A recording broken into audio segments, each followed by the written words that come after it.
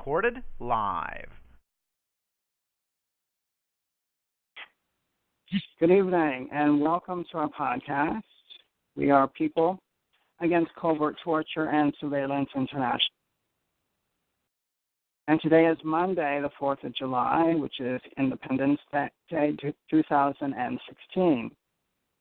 We're here on Monday nights at 9 p.m. Eastern Time to educate and assist those who are targets of organized stalking, remote electronic assault, and more.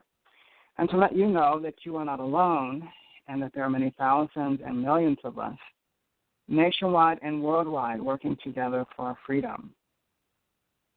Views expressed during our podcast are those of our callers and not necessarily those of Paccts International. I'm Derrick Robinson, the moderator. Our guest this evening is Jameel Rawls. Jameel has produced a number of YouTube videos about how he beat gang stalking.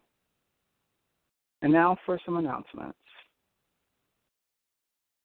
The next meeting of the Portland Support Group will be Saturday, July the 9th, 2016, from 3:30 to 5:30 p.m.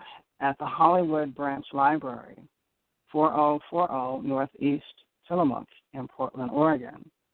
The contact person is Amy, and she can be reached at amyladeryes@gmail.com. The Seattle Support Group will be having its next meeting on Saturday, July the 16th, from 1 to 2:30 p.m. at the Broadview Public Library, 12755 Greenwood Avenue North. Fuck you, bitch! Shut the fuck up, bitch! Back the fuck up! I'll knock the fuck out you. Okay, the stalker is still breaking in here. Okay, to continue, the next meeting of the Seattle Support Group will be at the Broadview Public Library, 12755 Greenwood Avenue in Seattle, Washington. The contacts for this event are Laura Selway at 206-365-6139 and Curtis Kimball at 817-901-8720. There's going to be a TI Media Day on Saturday, July 23rd, 2016. This is going to be organized by Jameel Ali, and it will be happening in Toms River, New Jersey. And this event is basically in response to the New York Times article that came out a few weeks ago. And the time for this event is 11 a.m. to 6 p.m. TIs are going to be filmed while they provide testimonies, discuss facts, and stats regarding technologies impacting them. There's also going to be a town hall conference at the end of this event. Jameel is accepting donations, and if anyone has questions, all information is on the flyer, which is posted on the homepage of the Paccts website, which is Paccts, P-A-C-T-S, NTL.org. I'd like to say thanks very much to all those who are becoming members of Paccts International. It is much appreciated. The membership fee is $25, and you can donate by PayPal, and there are three methods to do that. You could send your donation directly to info@PacctsNTL.org, or you can click the donate button at our website, which is PacctsNTL.org, or there is a PayPal link, which is paypal.me/PacctsNTL. You may also mail in your check or money order made payable to Paccts International. The address is Paccts, P-A-C-T-S, International, P.O. Box, 5405 in Hemet, California, 92544. Our guest this evening is Jameel Rawls from Michigan. And he caught my attention a few weeks ago with his video entitled, I Beat Gang Stalking, and What You Have to Do to Beat Gang Stalking. And while watching the videos, I appreciated his direct yet disarming approach to stalkers. He walked up and addressed them directly in a non-confrontational manner, which diffused the fear and tension they attempted to create around him. He was even able to neutralize some of his stalkers who had been given false information about him. These tactics have made him safer, and he now feels comfortable walking anywhere, near or far from his home, even though surrounded by perpetrators. So at this time, we welcome to our program Jameel Rawls to tell us more about his message and how you can become free from your stalkers on this 4th of July, Independence Day holiday. So at this time, Jameel, if you could, let's see, well, you pressed star 8, so let me just unmute your line here just a second. Okay, Jameel, are you there? Yes.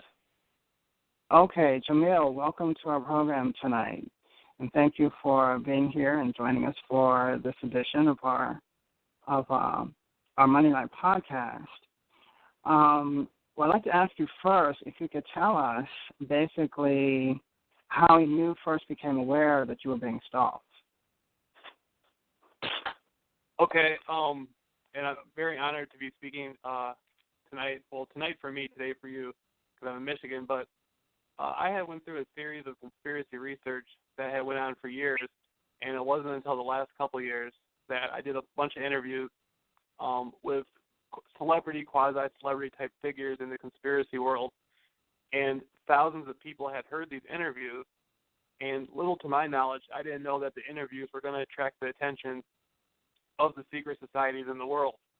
And what happened was I ended up in Hollywood through the interviews I was doing. I was invited to meet somebody I did interviews with, and then as I got there, the secret societies that ran Hollywood, which they're swarmed there. The motion picture industry is filled with them.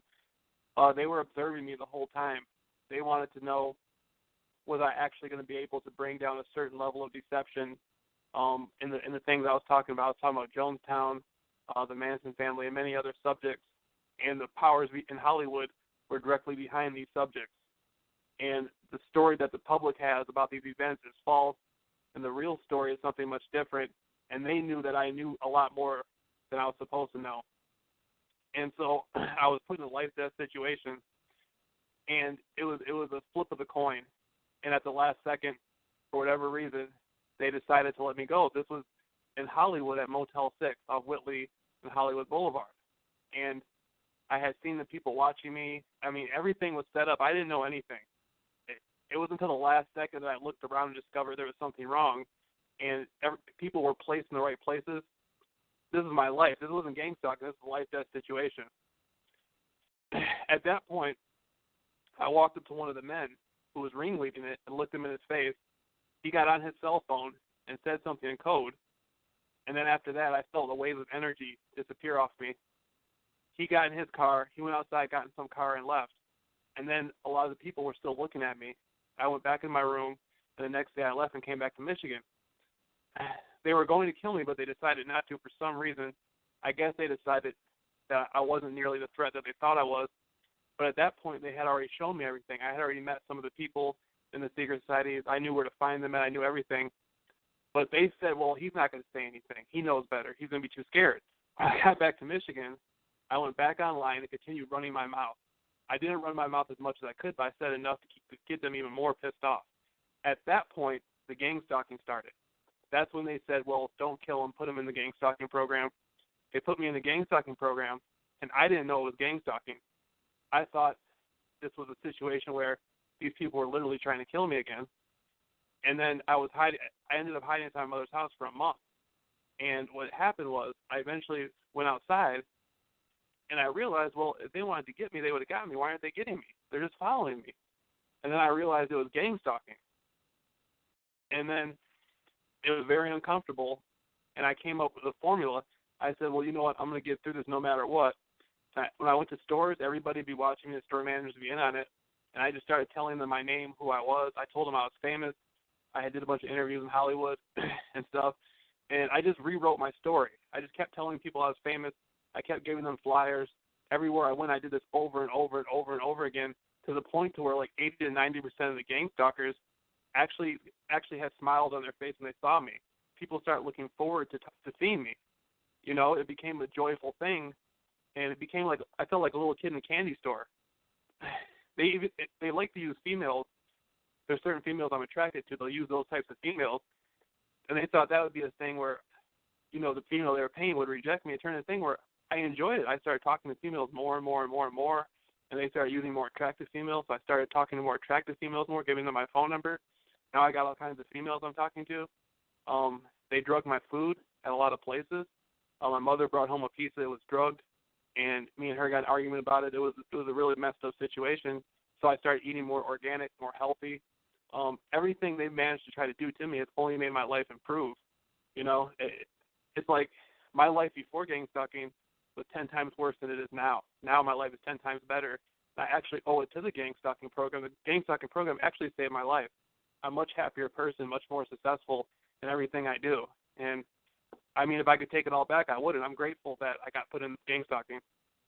And, I talk to people who've been in it for 30 years, and they say, they tell me the same thing. They say, I don't know what you did, but you found a loophole to make yourself better out of it. And so that's what I'm telling people is they can take this experience and they can use it to make their lives better. I mean, this program will actually improve your life. Wow. So it sounds like it has given you a new level of confidence. Jameel, would you say? Oh, definitely. 10 times more confidence. Now when I go to the mall, there's a mall. I live in the city of Norton Shores, which basically is Muskegon, but there's a mall called the Lakes Mall. I go there, and I never kissed a female's hand in my life. And I go in there, and I walk up to the girls and start talking to them. I don't care if they're gang stalkers or not. I'll end up kissing their hand. I'll end up talking to them. I'll do everything I can to get their phone number. If I can't get their phone number, I'll give them a flyer with my phone number on it, telling them about my whole story about, beating gang stalking and stuff like that. And I mean, it's just amazing. I don't know. I can't put a label on it. It's just an amazing feeling. Wow. Have you encountered other target individuals during this experience? Oh no, I never. One. There was one younger female, and she said it had happened to her. She was investigating corruption in the city she was in North Carolina, and then she had to move to Michigan to get away from it. And so they put the gang stalking program on her for doing that. But since I put up my videos, I've had numerous people emailing me and calling me, and I've been able to help a lot of them now. There was one guy, they had him on like 14 different kinds of psychotic drugs, antipsychotic drugs, and he had to go see a therapist every day and stare into her eyes and tell her gang stalking wasn't real. It became obvious to me they had an agenda to try to put him away in a hospital, maybe even try to, lead him to suicide or, who knows, when you're dealing with these kind of people, who knows what they're capable of. And I was able to convince him to stop taking the medication. He cut back by at least half on the medication. He no longer goes to the therapist, and it's just improved his life 110%. I mean, now he's actually walking around talking about filming the gang stalkers. I mean, he was scared to go outside. Now everything's changed. Everybody I talk to, they've been gaining success off my story. And it's like the 100 monkey effect. When one person does it, 2 people do it, 3 people do it. They're just having a snowball effect right now. Wow. So how would you explain your methods, Jameel? Could you kind of summarize what your methods are about? Well, the way I view it is gang stalking cannot operate in your life if they cannot disconnect you from within. Everything they do is psychological, but it basically boils down to spiritual. They want you to be empty. They want you to be an empty person who is afraid all the time and doesn't have any answers. That's the type of person they wish to mold you into. If a fear crosses me, I immediately identify the fear and I face it no matter what. Even if it's death, I face it. I used to walk down the street at 3 a.m, and the gang stalkers would drive at me. Literally, they would drive on the side of the road like they were going to hit me and kill me. This is at 3 a.m, and this is in Michigan. This is in the country where I'm walking, and I didn't care. I just kept walking straight. It was a life or death thing. They could have hit me. It could have been somebody who wasn't gang stalking, who was just drunk. I took that risk. I faced that fear of death, and the person moved. One of the times I actually walked further in front of the car to see what they would do, and they moved further out the way. That helped me accomplish my fear of death. That helped me accomplish a lot of things subconsciously. These are the methods I use. And, sometimes people would stare at me, keep staring at me, and I go to areas, like I go to the hood, I go to areas like the projects and stuff like that. I remember one time they drugged my food at Burger King because they were angry I was passing out flyers. And I left Burger King, and I went back to a neighborhood I'm very familiar with, it's in the hood, and I'm sitting there, I got a jump rope, I'm on the jump rope passing out flyers, in front of a crack house, telling people about how I beat gang stalking. I just do it anywhere. I don't care. I think everybody in the gang stalking program has a certain level of spiritual protection over them anyway. And so that's been my method, just to keep facing that fear over and over and over again. And then I go into isolation. I take 3 days off, go back out and face it for a couple days, take 3 more days off, and it's to the point where now I can face it every single day. I'm at the best level. The program uses sex against me now. They use women. They'll have my neighbor's wives wear real tight pants and stuff and come outside. I mean, I'm not trying to sound vulgar or whatever, but they got in their mind that's supposed to make me uncomfortable. I just look at them. I just enjoy it. And now a lot of the women are starting to enjoy me that do it. You know what I mean? It turned into something a lot better than I thought it would be. It's pretty exciting. Wow. So have you had feedback from people that have tried your methods? Have you had people call and email you about how it has changed their life or anything? Yeah. Well, see, my method. The method that I use to face the fear is very versatile, because each person that is being targeted within the gang stalking program, they're different people, and so the strategy that the program uses against them is different. And so on an individual level, my friend of mine, Steve, who's beating the program right now, they try so many different things against him that they never tried against me, only because it's going to work against him. And I've been telling him how to do it, how to grind through it, how to face that fear. And they had him to the point where he was inside the house all the time, afraid to come out. And I told him, man, get out of the house. Go anywhere. Go to the park. Go somewhere. And as he started leaving the house, people would mimic him in public. And I told him, face the mimickers. Talk to them. And he started talking to his mimickers. And they started running away from him. He realized they're more afraid of him than he is of them. The people in the gang stalking program are actually more afraid of you than you are of them. The people who work for it. If you go, there's been a lot of times where they'll pick a guy who will look like he just got out of level 4 prison, and he'll be in his car looking at me. I walk up to him, tell him my name, tell him everything about me, tell him to Google me, and 9 times out of 10, he looks more afraid than me. And some of the times I'll actually make friends with these people. Like, we'll shake hands and talk, and, it's actually a thing where I'm creating a stronger bond with the gang stalkers than what the program has with them. They like me more than they like working for the program now. And that's the method I'm using, is just being positive and facing the fear, being positive and facing the fear. And it'll work for you no matter what if you apply it. You just got to apply it. Look at what they use against you and apply it to that, and it'll work. Well, it sounds like you have really changed the environment around you. So that, usually, like if someone is walking on the street and they're a victim and stuff, there's a lot of, sometimes there's tension. Sometimes, they try to do things to frighten a person. But it sounds like you have actually reversed that environment. Oh, yeah. Yeah, I've had it. They've used the police on me. I was in Phoenix for a couple of weeks. They had the cops pull up on me and flash their lights at me. And I started waving at the cops. And the cops actually started liking me. They were expecting me to have some angry reaction or some, quasi-violent reaction, or pretend like I'm, all tough and they can't do nothing. I just started waving at them and smiling at them. And then before my vacation was over, they were like laughing. It's like we were friends. Even though they were still gang stalking me, there was no animosity. And this changed my relationship with the police. I respect the police now a lot more than I did before, because through this I realized they're just people like me. You know? And then they tried. Oh, I'm sorry. Go ahead. I didn't mean to cut you off. Well, go ahead and finish what you were going to say. No, I was going to say they've tried to use gangbangers against me.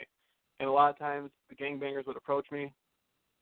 And I realized a lot of times the gangbangers would be more afraid than I was, because they don't know who I am. They don't know what they're getting themselves into. And so they would approach me, and I would start talking to them. I would say, hey, did you know I was famous? And they would sometimes they would laugh and say, what do you mean you're famous? I would say, I went to Hollywood, did a bunch of interviews, and this happened and that happened. And, they would get interested in it. And sometimes the people would be like, sometimes as an individual, this is on the West Coast. Sometimes as the gang member was like a Crip, I'd be like, did you know Crip? I'd be like, did you know the Crips came out of the Black Panther Party and this and that? And I would start educating them on the background of whatever gang they were in through my experience of the research. And we would form a strong bond. And sometimes we would trade phone numbers and end up talking later on. I would never talk to them about them gang stalking me, but we would build a friendship outside of the gang stalking. Have they ever shared like information with you about, you know, who's stalking you or why or anything like that? Indirectly, yes. I never asked any of them. I never once asked anybody, could they tell me who paid them to stalk me or why they were doing it. But indirectly, people gave me clues. People would say things like, did you get yourself in trouble or something? And I would say, no, what are you talking about? And they wouldn't say anything back. But then I would tell them my story. I would tell them everything that happened to me, and then it became obvious to them that why they're being paid to follow me. But I didn't want it, to be honest with you, I've never once asked somebody directly, are you gang stalking me? I've never done that. And to me, if you do that, it's actually giving the gang stalking thing more power. If you acknowledge the gang stalking program and you make it out to be more bigger and fearful than what it is, then it sort of takes more power of your relationship with the person. I never wanted to establish our relationship based around the gang stalking. I wanted to establish our relationship based around, you know, my story or their story and who they are. I never wanted to acknowledge the gang stalking program and give it any type of real power. Oh, I see. Well, that's a good strategy. Well, you know, there are a lot of people in the community that are very leery of the police because, you know, they feel that the police are part of the gang stalking and everything, and maybe some of them have been. So it sounds like you were able to change that dynamic by your just approaching them and talking to them. Yeah, and you know, that's so true. And because of my relationship with the conspiracy world, I had angered a lot of the fraternal orders, and the fraternal orders oftentimes are connected to the professional world, like the police and the medical field and stuff. And so it's sort of a quasi thing. A lot of the local police departments, I think they look at me too full. They look at me like I'm in the gang stalking program, but they also look at me like, you know, this guy, you know, ultimately he ran his mouth about a lot of things that people don't know about police departments and things like that. And so it's a little bit complex.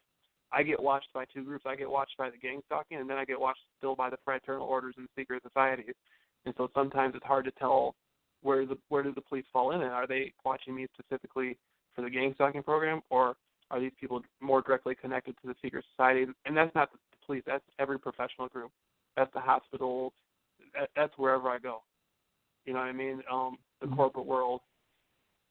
A lot of people might not believe this, but one of the groups I had offended were actual real Nazis. After World War II, a group of Nazis had come into the Americas. It's known as Project Paperclip. I had angered these people, and so a lot of times there's second generation, third generation relatives of these Nazi families who came into America, and they seem to have been extremely agitated by the things I was talking about regarding them, and they watch me closely as well, along with the gang stalking program. So sometimes I don't know if this is a gang stalker or is this one of the secret societies. I mean, it can go both ways. Okay. What about the electronic attacks? Could you share with us your experiences with that? The electronic attacks, it seems that they have 2 or 3 different forms of it. Sometimes it'll be a thing where they want to heat you up, like it's very, you feel like you're hot, like they heat you. Another time, I think it's some sort of attack on your consciousness, like they try to mess with the way you think and the way you interpret information around you. I know they have attacks like radiation attacks where they can make you sick, kind of woozy, like you feel like you're going to pass out. And what this made me do is start exercising. I exercise every day on a jump rope, and I've lost a lot of weight so far. When I started doing the jump rope, I can only do it regular. Now I can do it on one foot. On each foot, I can run in place. I can do a bunch of stuff. and this has changed my cardiovascular system. This has changed everything about me, the way I think. Everything's changed as I start exercising, and these attacks, when they do come, they're not nearly as powerful now. Something about exercise, drinking a lot of water, exercising. I don't mean to sound kind of vulgar, but I think sexual activity has a lot to do with it too. People who are less sexual, I think it can bother them more. I think the more sexual you are, you have a partner or whatever, I think that's healthy. I think that's very healthy. Like I wasn't talking to women very often. Since I've been talking to women more and exercising more, I mean, the electronic harassment, the effect of it has gone down a lot. I don't even know what's happening sometimes when it does happen. That's how potent my resistance has gotten to it. Okay, so it sounds like you have a very good routine. Actually, we had a question about that earlier, so I'm glad that you were able to reinforce that information. Right. Okay, well, Jameel, thanks so much for sharing, all of your experiences, because it sounds like you have a well-rounded program of defense, against what they're doing. And this is something that we all can learn from. There are people, especially electronic victims, that are dealing with a lot of heavy attacks. And these are some of the things that I think what you've outlined here that might help some people that are having a difficult time right now. Is there anything else that you would like to say before I open the lines to callers? Anything you'd like? No, I just want to again encourage people just to have a positive outlook and to be as healthy as they can, and just if anybody ever wants to ask me anything, even after tonight, later on, anybody's free to contact me, and before, that's all I wanted to say before you open the phone to callers. Okay. Well, if you'd like to give an email address or something, how people can contact you, that would be fine. And then, in case people are not able to get to their question, we hope that everyone will have a chance to speak. So, well, this time we're going to go ahead and open the lines for the callers. We're talking with Jameel Rawls, who has a number of videos on YouTube called How I Beat Gang Stalking. And he's been sharing with us some of the methods that he has used to basically overcome a lot of the fear, a lot of the anxiety, and a lot of the psychology that is associated with group stalking, and even some of the electronics that are used against it. So if you'd like to ask questions of Jameel, you may star 8 at this time as we begin our discussion.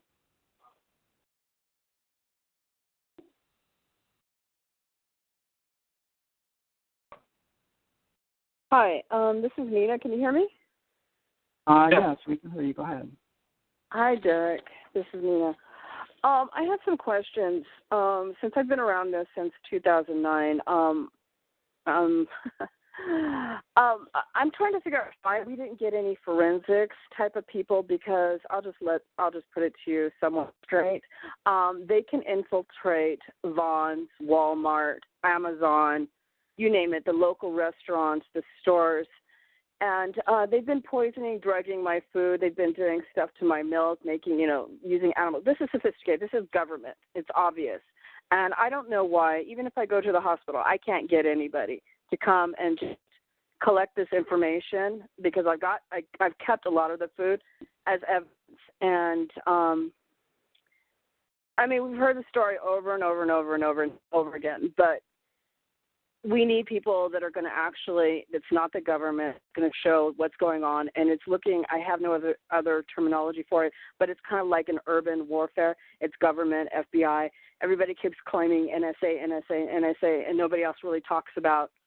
I won't say them because they get really pissed off at me. And, their favorite thing is always to, if not threaten you, threaten your family members. And I'm just wondering why we didn't do that. I know it's very inclusive. They can infiltrate anything, everybody, and everyone. It doesn't matter if it's, ACLU. It doesn't matter. They use their badges. FBI will say, stand down. You've got to do this. They have the cops. Everybody knows about it. and then we get stuck with this. I mean, and they even have gang members. So I mean, they'll have mafia. It doesn't matter who it is, they have them. So what is your question? Mostly, I think I'm upset because we never talked about it before. I've been around this since 2009, but we never had any experts. I can't get any experts because it will become government. They've messed with my, like, they'll bug my Time Warner. It doesn't matter. I buy stuff from Amazon. They've totally screwed up. And they'll have them or the government. Doesn't matter who they, either one. They're interchangeable. But like when Dr. Hall talked about in his book how people's food, we should have had experts that could not, keep my fingers crossed, be a government infiltrator and collect the evidence so that we'd have something or someone. And I don't know why, but like ACLU is kind of, I don't know why. It perturbs me because I know there's a shadow government and it's bugging the holy hell crap out of me. And we have to sit around here and play games with that. So, I mean, it's not just against us. It's everyone. So it doesn't matter what community. They have it all rigged. It's like a military system. And I don't know what else to do. I mean, except maybe tell people, I mean, you know, you can be positive to what degree depends on what they want to do to you, meaning mine have always been pretty much government. But, and I don't I really don't know of experts in this field of group stalking. No, not the group stalking. For the food, when your food is being tampered with, it's being drugged and everything else with it. I can't get anyone. Yeah, I wish we did have experts or people that we knew of that were expert. You know, I'd have them on the show regularly, but I don't know of any. If you do, please let me know. I can't. We're mostly having. This is why we have these conference calls, because we're mostly having to rely upon ourselves and each other for information and support, etc. Because this is an area where there aren't people that you can go to and have them fix it and have them tell you what to do. We are having to create that, at least at this point in time. All right. I mean, that's basically what this is all about. You know, the community has to help each other right now because we do not have professional help designed for us. You know, right. That's basically why we're here for each other. Yeah, I mean, I know we have Dr. Stanager, but she's limited, and she doesn't come to people's houses and stuff like that. And not only that, I think she's being also attacked, whatever you want to call it, gang stalking, government organized gang stalking. I don't like to call it anything else because it just goes off into the fantasy land where they want to continuously put us into delusional and, you know, and discredit us. Yeah, and it's just one of her. Yeah, she's one, but she doesn't come to the house, and if we could get more like her, I think this would be beneficial for all of us as a group. We can collect this, and also possibly some human rights organization that has legal abilities to stand up for us, because we shouldn't be doing this all alone, and we cannot go to the government agencies because they are it. It's the MK Ultra.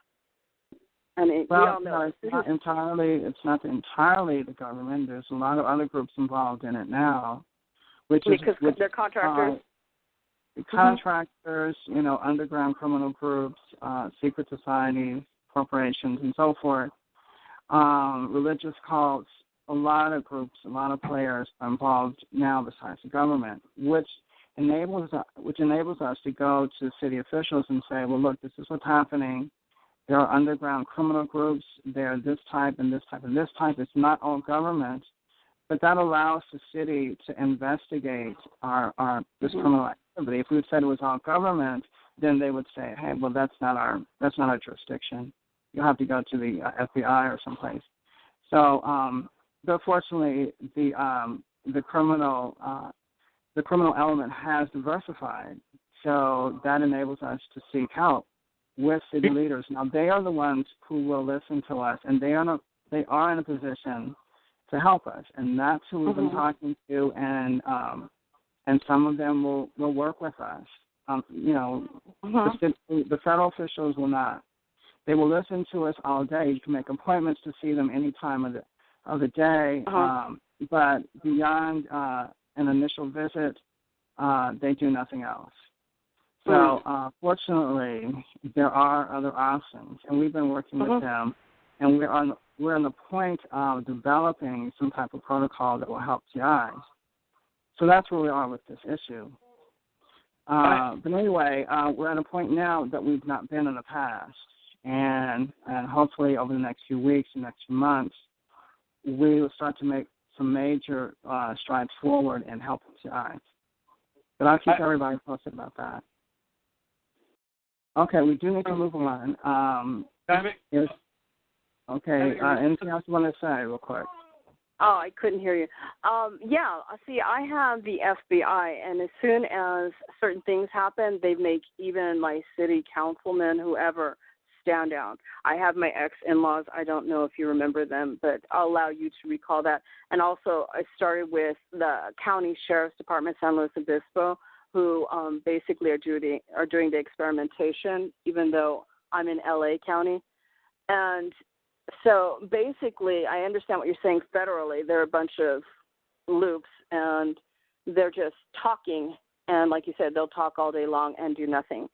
But no, they won't talk. They will listen. They will listen. They will not do any talking whatsoever. You will talk, and they will listen, and they will do nothing. Okay. I'm not sure, but they can also get hurt by the program. That's probably why. That's why you have all the false flags. Like, for instance, in Oregon, where there's Ron Wyden, who's the senator, who's on, the Intelligence Committee, and then also talking about the secret laws and the secret courts and stuff like that. So I think that's part of it. I don't know completely because I don't know. Just to make a bottom line, because I don't want to come into a bunch of details, but our government has basically been taken away. It's hijacked. And they, I don't know what else to say. We do have to kind of move along because we have a guest and there are people waiting to talk to him. If you're just joining us, we're talking with Jameel Rawls, who is sharing with us his experience of beating gang stalking. And if you have questions for him, you may star 8 on your phone as we continue our discussion. Questions for Jameel? Hey, Jameel, I got a question for you. Can you hear me? Yes, sir. Hey, I used to live in Hollywood, California, in the Hollywood Hills, right up the street from Whitley and Hollywood Boulevard. I know that area very well. That's where my targeting started. And nobody really talks about it much, but you glanced over about the Hollywood Illuminati. Like, what were you exposed to out there? Like, I believe that my targeting is similar. But what were you exposed to out there? When I was doing my research, I was talking about a lot of the things that happened in the Laurel Canyon area and the Mulholland Drive area in the 60s and the 1970s, and this had involved a lot of the powers that run the motion picture industry, and this wasn't that long ago. And so, 1960s and 70s really isn't that long ago. And so these people are still around, and the last thing they wanted was some guy in today's world to bring up all their business out for the world to see. And once they heard me talking about it, then they pursued me. And these are the people that actually, run the motion picture industry. These are the people who put the president in the White House. I don't really feel comfortable mentioning, specifically who these people are at this point. Right. I don't want to make myself any more out there with it. If I was to start talking more about who these people specifically were and the organizations and all that stuff, it would put me in a very uncomfortable position, more than I'm willing to deal with right now. I mean, gang stalking has been enough for me. Last thing I need is to get back into people's mix again. But I'll just say that these are the people who actually run the motion picture industry, Right. Yeah, I mean, I've had experience with them, but, I mean, did you meet these guys, through a connection out there, or did you meet them at a party? Were you in their office? No, I met the people in person. I physically met these people in person and saw them face to face, and they know who I am. I know where to find them. If I want to, I could go speak to them directly right now. They know exactly, who I am, and I know exactly who they are. And, we're very aware of each other. And, they were very unhappy when I came back from Hollywood, I had said a lot more than they thought I would ever say, and they became very unhappy with me, and that's why I got put in the gang stalking program. But do you have any electronic harassment besides the gang stalking? Oh yeah. In the wintertime, I went through a lot of electronic harassment. They were targeting me in the wintertime like every single day, and I was staying in the house a lot. I wasn't leaving, and that's when I started going on long walks. I would take a walk for like 4 or 5 hours, 6, 7 hours, at a time.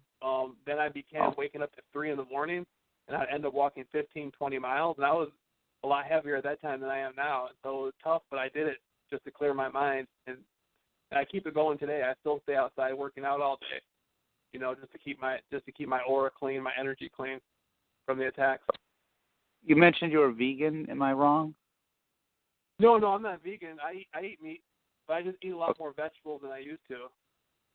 Uh-huh. Yeah, I'm really weak. I find I have chronic fatigue all the time, and a lot of nano they got inside me. It's really awful shit. But it's interesting to hear your story. Sex will help you. I'm serious. If you like me, I'm into like thicker women, like thicker built women, and the program they've discovered that I like that, and they started throwing all those women in my face, and then what it did it just turned me into like hypersexual, and I try to be with like a woman every single night, and it's helped me. That's changed everything for me. Sexual activity has helped me beat the program by at least 50%. I imagine. I'm not exaggerating. I mean, I'm serious, man. I believe it. I totally believe it. I used to be hypersexual, and they took that away from me. Now it's like I haven't had sex in quite a while, and it's like so mundane. Ugh. Yeah, just to hold a female and like touch her and kiss her and stuff like that, and the warmth and all that stuff. That'll this program, they want you to be alone. They want you to be empty. They want you to be afraid. Just being around women and like kissing them and touching it, it'll help you immensely. Do you deal with any V2K issues? Is the B2K, is that the radiation or like the voice of voice? Oh. You know what? I've never experienced that. That's the thing. I'm most interested in the voice of all things, because I've never heard a voice in my mind or anything like that. And I've sat there and just paid attention to my thoughts, and it's never been from any outside thing, but I meet people all the time who have it going on. Yeah, it started like a year into this, or I don't know. Whatever I got exposed to in Hollywood is different, I think, than yours, but pretty horrendous shit. Yeah, but they bring helicopters on me. I live next to the airport. You know how they use the lights on you in broad daylight? You can walk down the street and they'll have the cars with the headlights on. Yeah. Yeah, I can go outside. At times they would have like 20, 30, 40 cars come, and I started waving at the cars, blowing kisses at the girls in the cars. Then they would bring out the helicopters. They would bring out airplanes, and the airplanes would have lights on them. I mean, it got to a point. Yeah, it got so crazy, man. It became just funny. I had to laugh at it. It was so crazy, and I've been through intense stuff. I've never had the voice of skull though. You don't deal with any depression issues? I did for a long time. I was very depressed in the wintertime. I was extremely unhappy. And you said they put you on antipsychotic drugs or something, or your friend? Oh, no, not me. I've never been on antipsychotic drugs. It was another guy named Steve. He's going through gang stalking right now, and they had him on antipsychotic drugs, trying to make him believe he was delusional. He wasn't being gang stalked. And they tried to do that with me. Yeah, he gets the voice. You got to talk to Steve, man.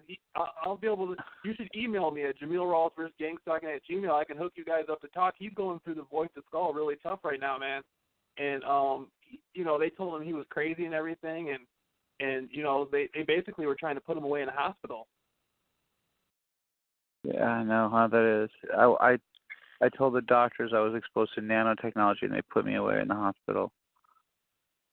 It's really sinister. The whole system is designed to be against you.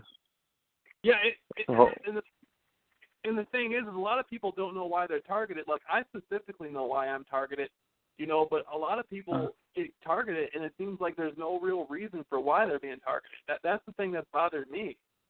Right. I understand. Yeah, I'm in the same boat. It's crazy. Oh, hello. Oh, hi. Hello. Hi. Have a question or comment? Yes, go ahead, please. No, I'm good. Okay. I have a question. Thank you. Thanks, Derek. I have a question, Derek. Yes, It's go Barb. ahead. Hi, Barb. Welcome to the call. Hi. Jameel, is that how you say it? Okay. I realize, I definitely agree that exercise is good. It produces, the good hormones, and so does sexual activity and diet. And I do lots of vitamins, and they help me.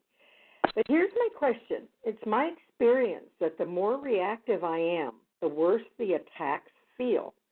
So do you think it's possible that the fact that you've cut down on your anxiety and your fear, that you have actually made your attacks feel less powerful because of that? Yes. Yes. Well, that's exactly correct. The anxiety and the fear has went down tremendously, so the attacks feel like 10%. They feel they're only a tenth of what they used to be. And what I do is I take back my own power from these people. If they're in a car, they used to sit in the car on the corner all the time. I would just walk up to the corner and talk to the people in the car. And a lot of times they would pull off like they were scared. I took the power away from them. They put people out there. They use people against me to make me afraid. And I don't let it. I walk up to them and directly face them and talk to them about it. And it's a situation now where I've taken so much power away from these people, it doesn't even bother me anymore. Because I know. I agree with that. I think that has definitely, I do that in my own way, made the attacks less powerful, feel less powerful. Who knows if they're actually less powerful or hurting my body the same, but it feels less powerful. Okay. Right. Thanks. Okay. Well, thanks, Barb. Do you have any further questions? Nope. Okay. Thank great. you. Yeah, the physical exercise, as you were saying, Jameel, I have heard this from a number of other people that, that do things like work out at the gym. I haven't heard anyone say that sexual activity was helped them a lot, but I don't know. But anyway, a lot of physical exercise, physical workouts, and, running, even walking, it fortifies your system against these electronic attacks, from what I understand. Yes, I think, honestly, my personal feeling is that these attacks are meant to break down the family unit in America. I think a lot of this targeting has something to do with bloodline. I think these people know a lot more about us than we think. They know us they know who our ancestors were, and they know, there's something within us that's attracting this. Besides just my research, just a general sense for everybody being attacked. And they want us, we live in an era where people don't talk to people anymore. There used to be a time where you could go to the park and meet people and hang out. People don't do that anymore. And then when you get gang stalked, it just enhances it, times 100, and nobody's social anymore. And it's breaking the family unit apart. Gang stalking is breaking society apart. It's isolating individuals, and anything you can do that creates physical activity, like going up to somebody, just express your heart to that person, tell them how you really feel. I mean, I went up to this woman. I saw this woman at the Foot Locker. She was really beautiful. I walked up to her. I told her specifically, I said, the same power that created the universe is the same power within you. And then she started smiling. I never seen anybody smile like that. She was so happy. And no one ever communicates with people like that anymore. I mean, I just come up with, like, the craziest lines, but, they're true.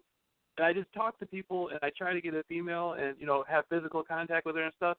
And as humans, we have to, we're animals. We have to be around each other. We have to be touch people. We have to have physical love and help and assistance. And without these things, there's no way we can get through gang stalking.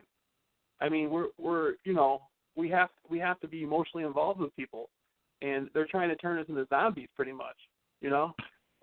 Well, that's true. I agree with that. Yeah, they are.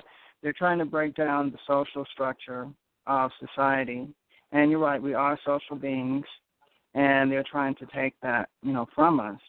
That, so having a social life is very important to an individual. Whether, friends, even strangers, having a social life, having an impromptu conversation, like you say, with someone that you meet on the bus or, on the street or something like that is rejuvenating, basically, So, I agree with everything that you are doing there. So, yeah. Can I ask you one more question? You made a comment about your feeling was it had something to do with bloodline. Can you expand on that? I know somebody that seems to think that German background has a lot to, a lot of people who are targeted have a German background. Yeah. Well, I can see that being true because, the German people have a Viking line, and the Vikings were one of the people that were extremely rebellious to the Vatican, to the Catholic Church, and so maybe there's something there where they feel that German people are more prone to being rebellious to the social structure. Basically, anything that's going against the New World Order, their agenda, their vision for humanity, anybody who's going to be a threat to that, they target, and they look at bloodlines. Some people are just more complacent. They're going to go along with it and not really notice anything different.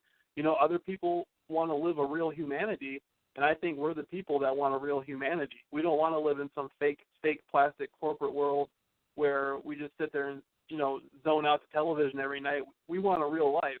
And they know that, and so they're targeting us, and I think it has to do with genetics. I think genetics are heavily involved. These people are involved in occult science.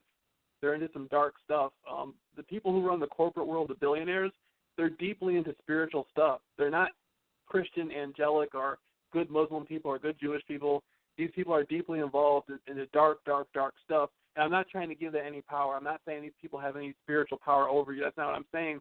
But their mindset is so anti-human that it's frightening, and for people like us who are fully human, there's something about us that's terrifying them, and I do think it has to do with our genetics, our genes, and that has to do with spirituality. I don't know how to break it down. I haven't really studied it. This is from years of my conspiracy research, and from years of listening to different perspectives in the alternative research field, and then going through gang stalking. And there's something very terrifying about us to these people. Like we're a threat to what they're doing. They have this big agenda, and we're a threat to that. And it looks to me like genetics and spirituality are the key. Okay. Well, you have an excellent strategy, Jameel, and that it basically is the reverse of their strategy. And I think if more of us would adopt this program, we'd be a lot better off. Let's see. More questions for Jameel Rawls that we're talking with tonight. Let's see. Someone from West Washington, someone from New York. Hi. Questions? Welcome to the call. Questions for Jameel Rawls. This is Washington. It's Lonnie. I came in late, but I heard the last 30, 40 minutes. I'm wanting to ask Jameel, with sexually transmitted diseases notwithstanding, have you considered monogamy? Because you're talking about the family unit. I just wondered, does any of that enter into your plans or your desires for life? I'm sorry, I'm not sure I understood the question correctly. You're saying because of sexually transmitted diseases, what would I think about monogamy? I'm just saying that might be there are a lot of considerations that speak well for monogamy. But I'm just wondering, do you not think you're exposing yourself every night to these women who they put in front of you? As it could be a danger. Well, I'm 30 years old. I'm a man. I went through 5 years of just sitting. I live at my mother's house. I went through 5 years of never bringing any females here to my mother's house, just using the computer day in and day out, studying conspiracies. And that was like a gigantic big phase that I went through. And then when I got to gang stalking, they started putting women in front of me. And I broke my shell and really started talking to females. And I'm enjoying it so much. I mean, I just love it. I just love talking to different women. And it's, you know what I mean, because I didn't have it before. So many years I didn't have it, and so now I just feel, you know, excited. I feel like a kid in a candy store.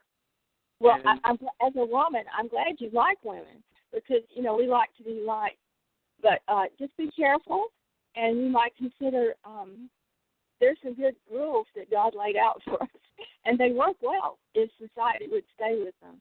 The society does not stay with what God laid out for us, but just be very careful because there's a lot of danger out there, especially if they're putting the women in front of you. You know what I mean? Yeah, you know, you're so right. You know, I believe people should keep themselves protected from disease as much as possible, and I'm so thankful for that advice you gave me. You're so right. You know, I mean, I'm enjoying myself, but I'm not trying to overindulge, and I appreciate that. Okay, be careful. That could become a trap for you, Jameel. That's, you know, you do need to kind of think about that. Right. Okay, questions for Jameel? I can't wait to see how you feel. It's something you've worked for your whole life. Or something okay. Do you have a question or comment? Are you talking to us? You're told, fuck you, it's mine. Okay, looks like that's where that's coming from.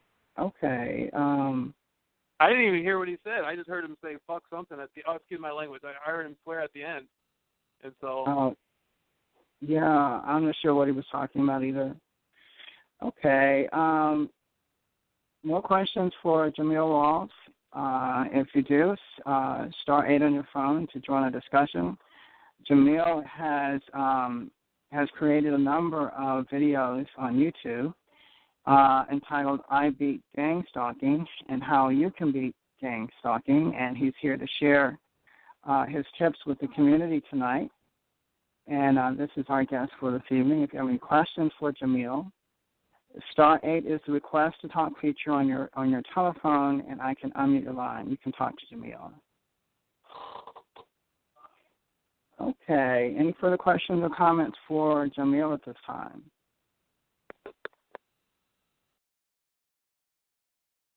Okay, someone from Minnesota has a question or comment. Hi, we're talking with Jameel Rawls. Do you have a question or comment? Yeah, hi, Derek. This is Mike. Listen, so, Jameel, when you get, like, mobbed on the street, or what do you call it, theatrics, or when they, you know, come around you, what do you do? When the gang stalkers come around me, what do? Yeah. I just start talking to them. I tell them, my name is Jameel Rawls. I'm famous. Only person in the world to ever be gang stalking. I went to Hollywood, did a bunch of interviews, got set up to be killed, beat that, Google me. I just got like a routine I do, and depending on how the person looks or whatever, I'll say different types of stuff. I'll give them my phone number. I just embrace them. Like, I'm not afraid to embrace anybody. You know, there's nobody I'm not afraid of anybody. No. I agree with you. I beat mine too. It's been like a lot less anyway. Because right. If I seen one on the side of the road and I knew they were a perp, I'd pull over and help them. I mean, I know it sounds crazy, but it's like I just act like I don't even care anymore, you know, about what they're trying to do. And it kind of just eased off. But I was wondering how you had done that, because I don't get the street theater anymore. Now it's just more of they try to gaslight occasionally, and that doesn't work. But I think I watched 2 of your YouTube videos. Yeah. You said something about you only surrounded yourself with successful people. Yeah. I even right now, the people who are being targeted, there's a guy named Sid Jackson. He's an extremely talented martial artist, and right now he's covertly having his food drugged to keep him from competing in martial arts. I mean, he's extremely successful. You know, I'm in contact with him right now. Anybody I can talk to, I get a lot of emails from people who still look at my research, and some of them are doctors, some of them are lawyers and stuff that want to talk to me privately. I think once you place yourself around a circle of success, it motivates you to be better. You know, I don't go to people. I know people who sit around and smoke weed all day and drink beer all day. I don't want to be around those people. I want to be around people who are trying to, you know, going to college, people who are trying to excel in life, people who are going to keep me committed to being a better person. You know, I don't like to be around people who don't have a plan. Okay. I like that. Right. Okay, thank you. Okay, thank you, Mike. More comments for Jameel? Questions? Okay. It looks like we're wrapping up this portion of our call for this evening. And Jameel, I just want to say thanks very much for joining us. And it's been very informative. And I'm sure that those who are listening have gotten some ideas for their own situation. So I appreciate your being here and sharing with us tonight. Yeah, thank you so much. I just want to say I don't have anything I don't really have anything going for me that somebody else can't do. Anything I'm doing, anybody else can do. You know, I'm just a very simple person that lives in Michigan that got to where I got to where I'm but there's nothing miraculous about me. I'm just an average person like anybody else. Okay. Well, great. Well, we all have things that we can share with the community, and we are here to learn from each other. We basically are all we have at the moment. So, and your tips are very valid, and these are things that we all can learn from in terms of dealing with the stalkers, basically. And it's given me some things to think about in terms of how I react to what they do and stuff like that. So I appreciate, all of your videos, all of the advice and the tactics that you shared with us tonight. Very helpful, I believe. So thank you so much for joining us, Jameel, and please come back in and be with us during our community, and we can still learn a lot from you. So I appreciate everything that you're doing. Oh, yeah, and I thank you so much, and I'll definitely stick with it and keep in touch with you guys, and hopefully I can come and listen next week when you do it. Or, anything else you guys are doing, I like to stay associated and be in contact and support and help in any way I can. Okay, that would be great. Okay, we've been talking with Jameel Rawls from Muskegon, Michigan, and he's been explaining to us his methods for how he beat gang stalking, and we appreciate his information and his tactics that he shared with us tonight. So at this time, we'd like to segue now into general topics. If you're just joining us, if you have any questions or comments about anything concerning your targeting, feel free at this time to star 8 on your phone as we continue our discussion.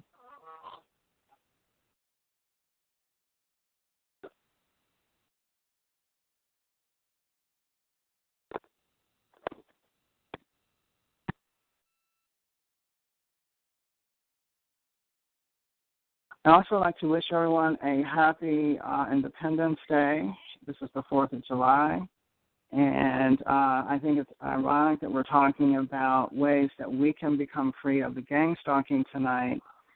I think it's a very appropriate topic for the 4th of July, Independence Day. So I hope that everyone had an enjoyable holiday today. And I would say that I did. It was enjoyable. Got to do some walking, and I didn't encounter any stalkers. At least not directly, but it was an enjoyable day today. So if anyone would like to share what they did on the holiday, hopefully you had a pleasant one, feel free at this time to star 8 on your phone.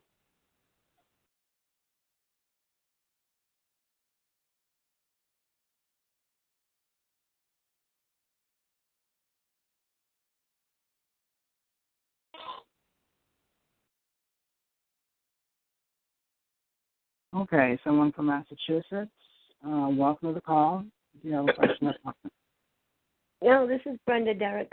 I just worked. Brenda. Hi, welcome to the call. Thank you. I just worked and enjoyed my guest, which was very dead today. We didn't have many reservations, but it was a quiet day. Brenda, we're not understanding you. Could you repeat that, please? Can you hear me? We can hear you, but you were a little bit muffled. Could you repeat that, please? No, I just wanted to say that I had a very kind of quiet holiday working. Okay. Yeah. Well, that's good. Yeah. Glad you had a quiet day today.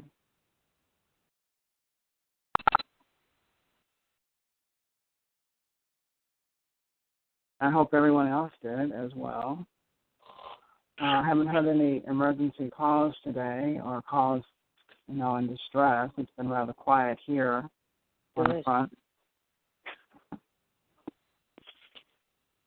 You know what I would do? Is simply do a little research, find out what they're using on you, and just reflect it right back at them. And wait until you hear them shit in their pants. That slows them down a little bit. I found that to be very useful. I don't know if I could do that.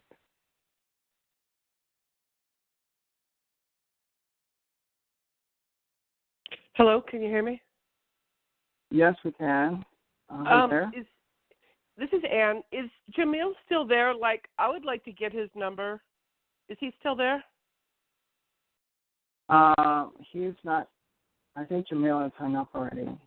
Oh, okay. Let's see. I can. Why don't you call me? And do you have my number? Yeah, 513. How is it again? 568-1635. Okay, thanks, Derek. Okay.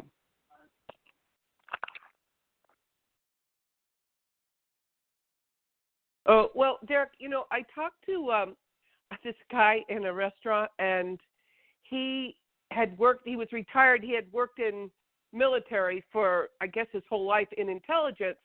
And so when I ran the usual list that makes most people's eyes glaze over, like, V2K and remote neural monitoring, he knew them all.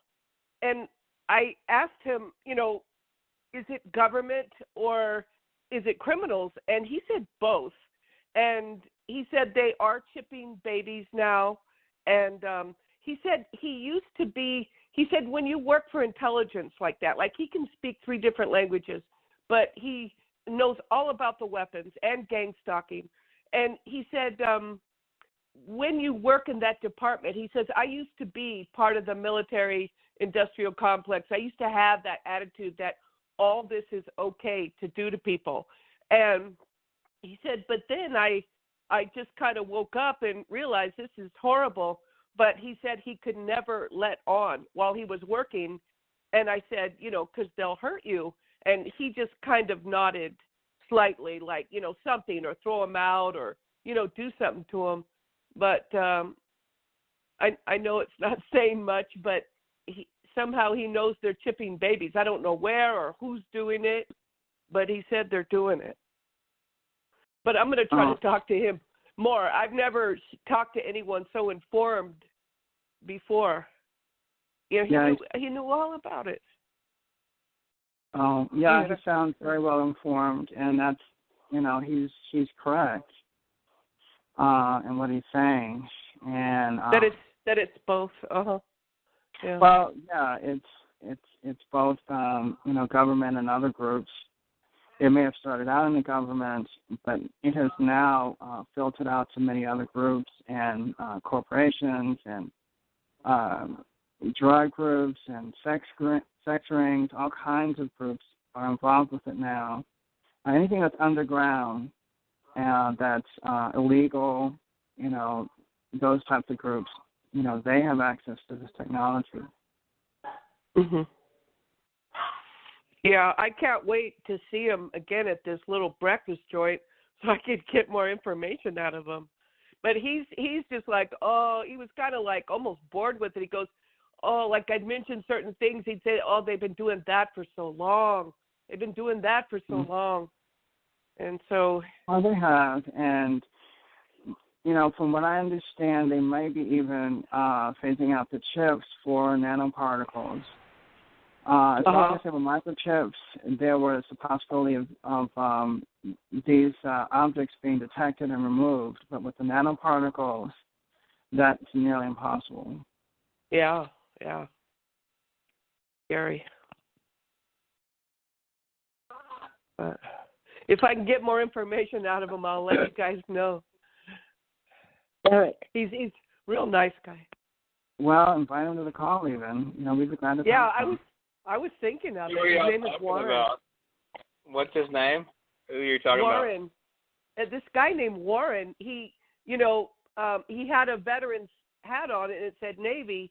And I said, oh, and, where did you work? In what department? And he said, intelligence. Well, you have my attention immediately. And, he could speak 3 different languages. And I guess he, like some of the very bad political presidents around the world, he knew their languages. And he just knew everything I said, it was almost boring to him. When I talked about organized stalking, I said B2K, remote neural monitoring. But he did say himself that he used to be like compliant. And once he said he kind of woke up, he still realized that working for the military, he had to pretend that what they're doing is okay. He knew it would be dangerous to speak out against them or do anything against them. So I just can't wait. That sounds great. Is he on Facebook or does he have a website or anything? No, I just met him at a restaurant, a breakfast thing, and but he goes there a lot, and so I heard. So I'm gonna, the next time I'm just gonna try to nab him, and maybe I could get him to come on the call. That would be fabulous. He's that would be great. Very nice. These people, they have an obligation to their fellow man to speak up and to tell what they know. And a lot of people are sitting on the sidelines right now. A lot of people like the Warren you mentioned, I come across them all the time, and they all have very valuable pieces to the puzzle, but they're all scared because they're isolated. They think, they'll be picked off like the lone gazelle by these hyenas running this program. But if they all stood up at the same time, if they all stepped forward at once, even if 50 of them, even if 20 of them, even if 10 of them just got together and came forward at the same time and said the same thing, it would make a tidal wave. It would destroy the power elite thugs that are running this illegal torture and subjugation program on us. Yeah, I mean, that's one of the weakest things that we have is that anything in numbers, calling John McCain 50 people, calling anything, and like you said, it's very important. But I'll do my best to get this guy, and I have questions myself, like why, and because it's just how it is when you try to tell other people about this stuff, they're just like, oh boy, So to have somebody who knows was very different.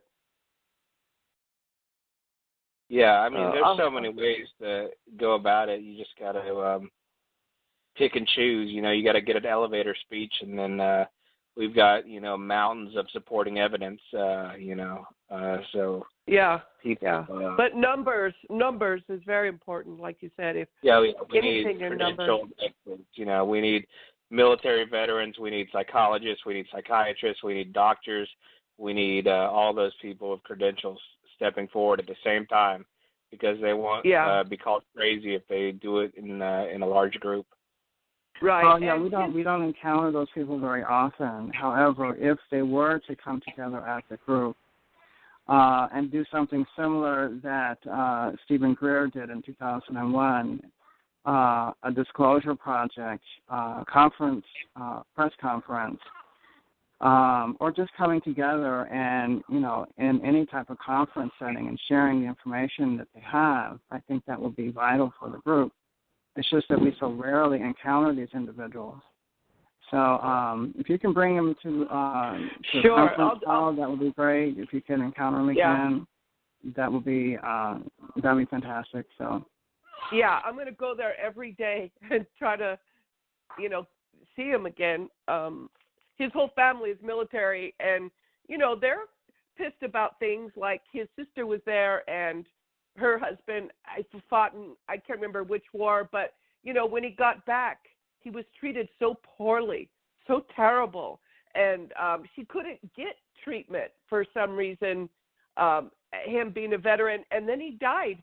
And then, like, a year later, they said, oh, we can get him the help now. And he was already dead for a year.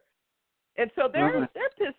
They're just regular people, and they were pissed about it, So, Well, I'll do everything I can. I'll do my best. Okay, thanks. Appreciate it. Okay. We have segued officially into general topics. If you have a question or comment about anything, feel free at this time to start 8 on your phone. And Spencer, welcome to the call. Hey, thanks, Derek. I joined just now. Did y'all have a speaker on tonight? Well, yes, we did, and I wish that you had heard him because he had some very interesting things to say.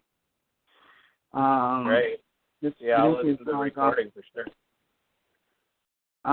He was talking about, well, his name was Jameel Rawls, and he lives in Michigan. And he was sharing with the group about how he beat gang stalking and described some of his tactics, which if everyone, were to employ these tactics with their stalkers, it would pretty much really wipe out the gang stalking program because it is so proactive. And the thing about gang stalking is it plays on, let's see, how can I put this? It plays on our ingrained and unspoken societal norms that one, you don't talk to strangers, and especially those that you come to understand are lurking about trying to cause you harm. So they play on people's fears of these individuals that are unknown to them. And he basically kind of broke the fear barrier and went up to them and started talking to them, just struck up conversations. And he does that everywhere he goes. And what that does is that that eliminates the fear, and he basically makes friends with these people. He talks to police that drive by and are stalking him, and basically he makes no differentiation between stalkers and regular people. And it has definitely changed his outlook on his stalking situation. And these are things that we can all learn from. So, but anyway, for those that have severe stalking issues, I think this is a very important conference call. Yeah, that's a good strategy. You've got to remember that we have a constitution in this country, and we have human rights on this planet, and no matter what they say or what they do, you're the good guy here. If someone's committing a crime against you, no matter what their excuse is, you're the good guy. So, handle yourself and handle the situation like you're the good guy. And, keep your composure and, take these tactics that guy is talking about and approaching them and, being proactive and standing up for yourself. So I like that. That sounds good. Oh, yeah. Be sure and listen to the recording of this. I think you would find it interesting. Hey, Derek? Yeah, go ahead. This is Western Washington. I want to speak in favor of Jameel's tactics. I was constantly being followed by somebody at work who was sent in by somebody else who was being paid to mess with me. And I got his first name on one occasion. The second time or third time I asked him what his last name was.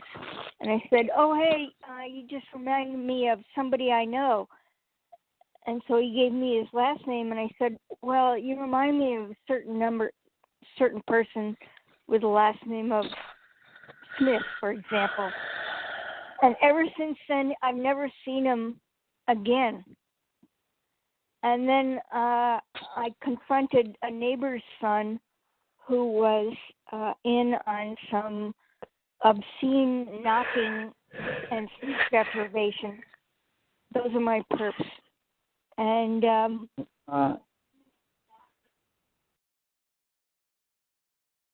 okay. I'm muting some people to try to find where this noise is. So if you mute it, just hold on. I'll mute you if there's no, unless there's noise coming from your line. Okay, Deborah, are you still there? Yeah, this is Western Washington, and I just wanted to say that I confronted my neighbor's son after he and all of his friends were knocking on my door at all times of the night. And I just asked him a general question, and after that, I never had the knocking extent that I had been experiencing, which was as many as 6 times a night. Really? Wow. Yeah, so I think that my way of friendly confrontation in the first case was very helpful, and in the second case, I just confronted a young kid. He told his parents, who are helicopter parents, and they just told him to cut it out. But I still have to deal with his parents, who are, I believe, the cause of all my issues. Right. Well, there are many aspects to the stalking, that's for sure. Yeah, and so I just want to say my first approach was to, hey, how you doing? My name's Deborah. What's your name? And then the second time was, what's your last name? And then I go, well, okay, you remind me of somebody I know. Do you know this person? And with that, I never heard from them again. Okay. Well, it's important that we share tactics, and that's how we learn from each other. Mm-hmm. Well, thanks for sharing that, Deborah. Thank you.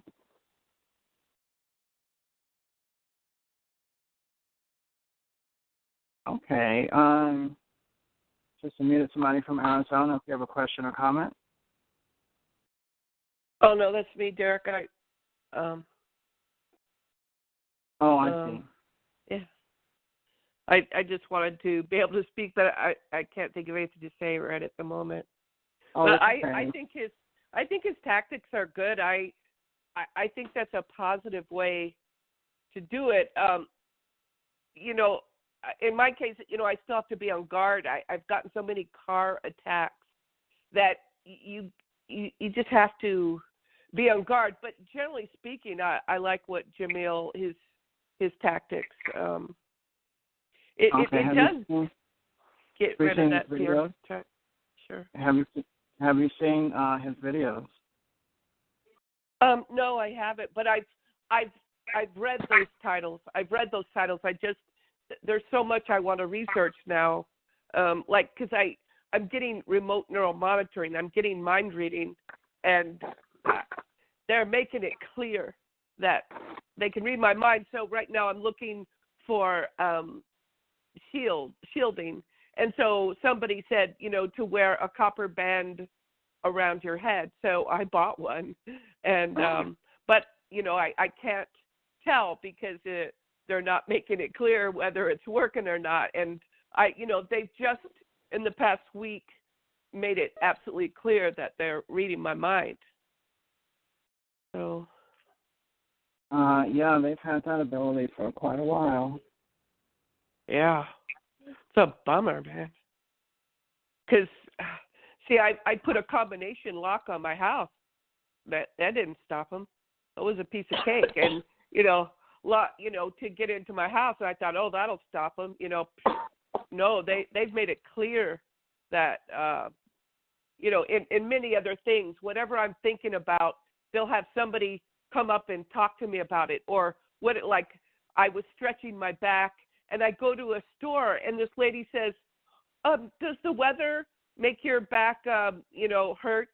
And I'm like, oh, my God. So they're really, really laying it on thick. They kind of gradually did it, but now I'm totally aware. Mm-hmm. Oh, yeah. They've had that ability for quite. I mean, I first noticed it in the 80s.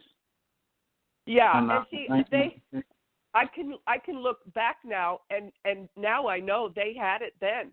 But I would just say, hey, look at that happened. I was noticing this, and and then this happened, and I thought, God, well, somebody must have been watching me, but I would agree. They've had this on me a long time. They've just made it clear for whatever reason they want you to know. But they didn't, make it blatantly clear back then. But I can tell now that they've been mind reading a long time. Mm-hmm. Yeah, when it first started, they did things to flaunt it, just to let me know that they had this machine or technology, and it could pick up everything, the slightest thought, innermost thought that you don't even think about. They will let you know that they heard that. Yeah, and now I'm getting weird dreams, and I've been gang stalked for 40 years, and they're kind of increasing the dream weirdness and intrusion, I guess. Oh, well, yeah, they see all those as well, and they flaunt that information. Yeah.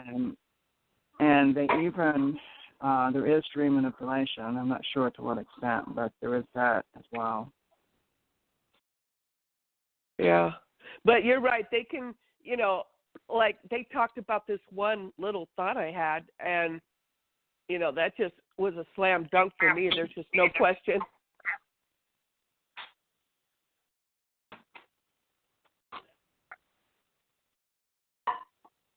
Kind of a bummer, but I still agree with Jameel. Generally speaking, it's just in my case, they just get so dangerous with their cars.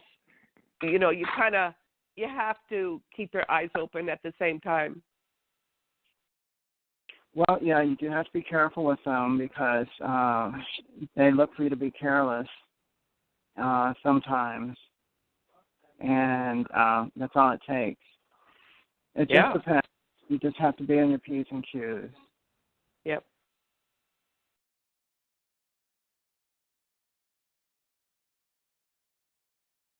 I was wondering, Spencer, are you there?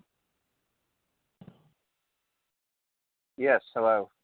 Oh, okay. Have you heard from the event in Poland today? How was the protest?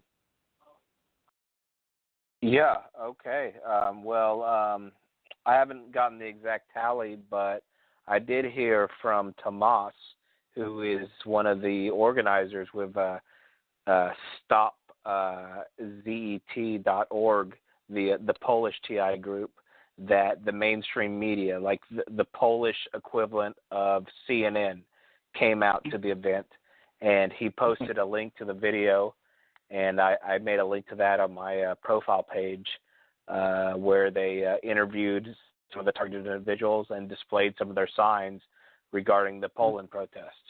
So I would say that's positive. I haven't gotten my translator to give me an English transcript yet, but based on the footage and based on Tomas's mood, it seemed like it was a positive experience. And you can see the video yourself, either through StopZET.org or on my Facebook profile, Spencer Carter. So I'm not sure the exact number of people that came out yet, but as I said, the CNN of Poland came out and interviewed a lot of the targeted individuals and did about a 2-minute and 30-second segment on the protest. So I'd say thumbs up. Okay, we'll see what happens with that. Yeah, and we have the worldwide NATO summit coming to Warsaw, Poland as well, from June 8th, from July 8th to through July 9th. So I think they're planning one or two more demonstrations because all the world leaders from every country will be in Poland this weekend discussing military affairs affecting the planet. And as we all know, this is, this technology that's being used to subjugate us derives from the military, derives from their shell contractors. And the more pressure we can put on them to address these abuses of this technology, the better for all of us. So I think there'll be more protests and more demonstrations to come in Poland in the next couple of days.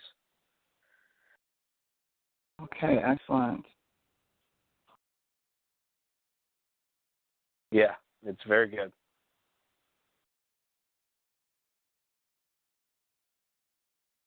Okay, thanks for sharing that, Spencer.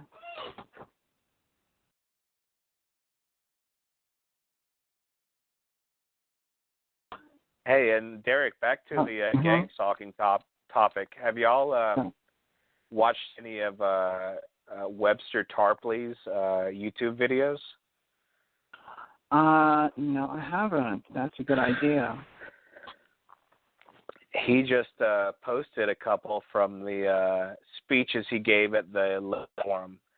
You can find it by searching COINTELPRO 2016. I found out about this from Todd Giffen, and he's a Princeton PhD who specializes in political science.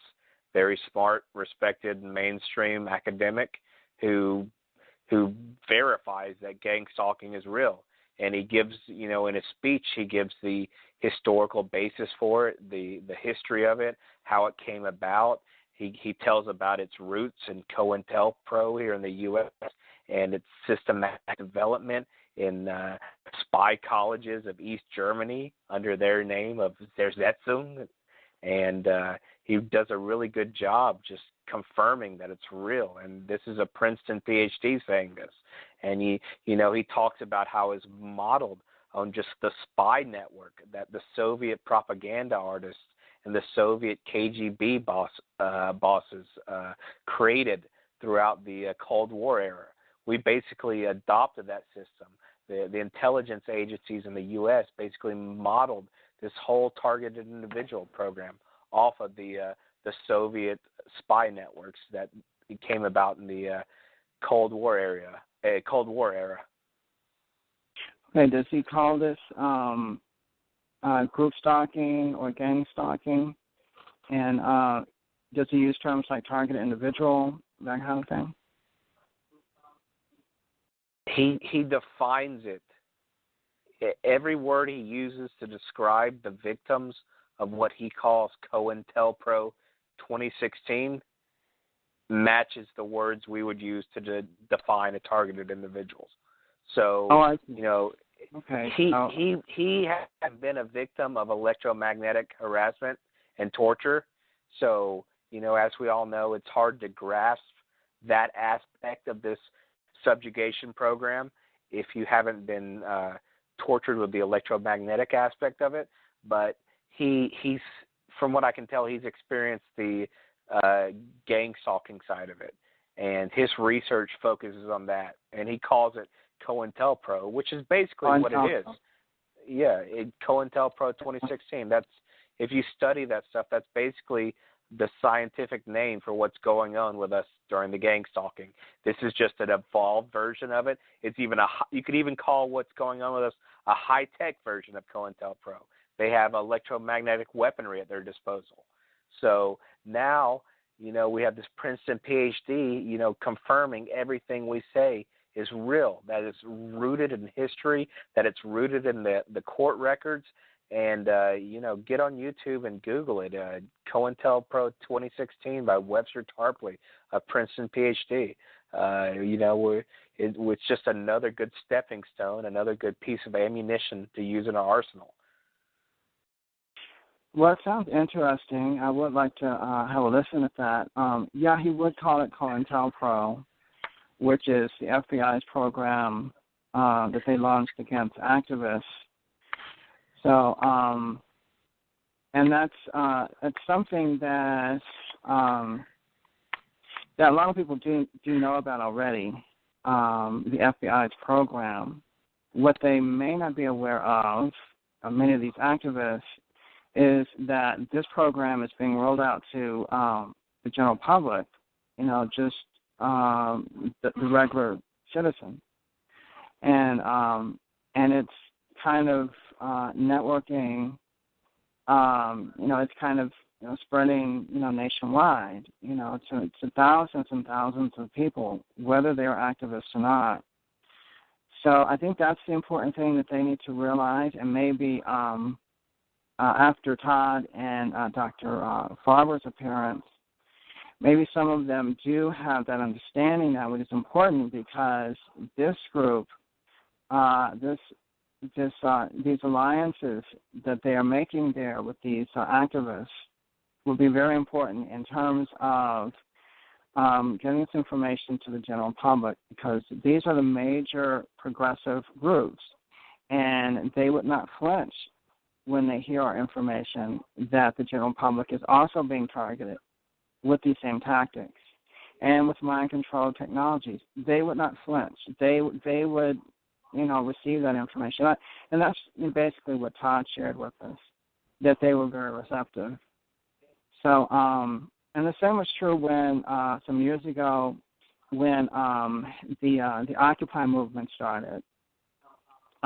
Many of our members went out to also protest and occupy along with the occupiers, and shared our information with them. They were very receptive, and some were familiar with the group Stalking, with the electronic attacks, and those that weren't, they said, "Oh, okay, well, we will look into this." So either way, they were fine. So this is a very receptive audience, and in that particular setting, they received, they would be very receptive to the information because it does not cost them anything. It would not jeopardize anything for them to have that information and to maybe act on it as a community. If we were to approach any one of those organizations with this information, which we have many of them, they would tell us that there's nothing that they could do. Like gosh, what is the name of that group? Let's see. It's something about the fence. I'll think of it in a minute. But the ACLU and all of the leftist groups that help society, those that were represented there, many of them we've been to already, and seeking help. And individually, they will tell us that they can't help us. But collectively, they will stand with us and would, join together to help us. So hopefully we can, be present at more of these conferences, and so that together the leftists, the progressives, can make a stand in regards to this issue. So yeah, I will be glad to have a look at that, and look at those videos, and hopefully he can join with us and support our efforts at this closure. So we'll see, hopefully, and sometime in the near future, all these groups will join with us to publicize this issue. Oh, hi, Derek. Oh, hey, Cassandra, you have a question or comment? Well, yeah, I wanted to remain anonymous, and you just called my name. Oh, okay. Oh, oh, I'm sorry. Well, I will not call your name, but I will. If you don't want me to. Let's see. How did you? Maybe I'll. Okay, tell you what, Cassandra. maybe in a couple of hours when everyone has forgotten all about that you were here, I'll make your announcement and no one will be the wiser. Okay. Well, Okay. I didn't dial in until 9:25, and I'm hoping that I did not miss what we talked about earlier. If you have brought it up. Well, I am glad that you reminded me because it had actually slipped my mind. But since you, all you had to do was say that you were here, and maybe I could have made this announcement without anyone knowing. But anyway, I'll do whatever you want me to do. Well, can you just put it out there as delicately as possible? Oh, okay, Cassandra. Just,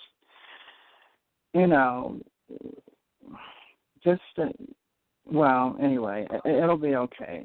Okay. All right. So basically, what we're talking about here is Cassandra needs some help with something. And for those of you that are dealing with rape issues, Cassandra would like some feedback from you in terms of how the stalkers, what the attacks were like, basically. And for those of you that are dealing with those issues, if you could share with Cassandra, particularly if there were multiple individuals involved, she would like to hear from you because she is, although this has not happened to her, she has been placed in a position to where she feels like it could happen to her, and she would like some guidance. So if those of you have had an experience with this in this particular area, if you could star 8,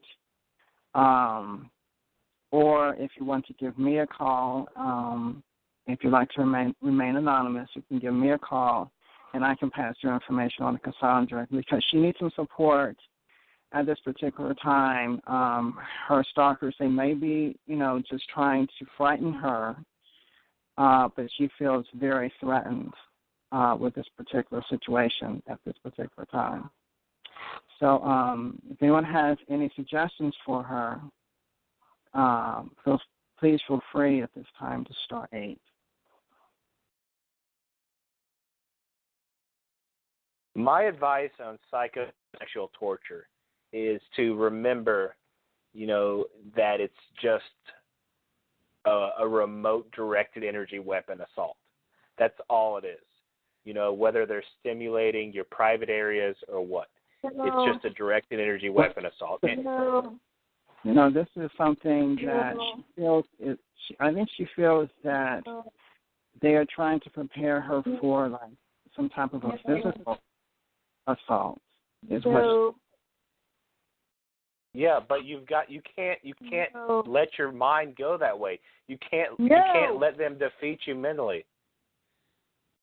Okay. I mean, they're creating physical sensations in your body, and they're real, and it feels like you're being raped with the directed energy weapon they're hitting you with. But that's all it is. It's just electromagnetic weaponry.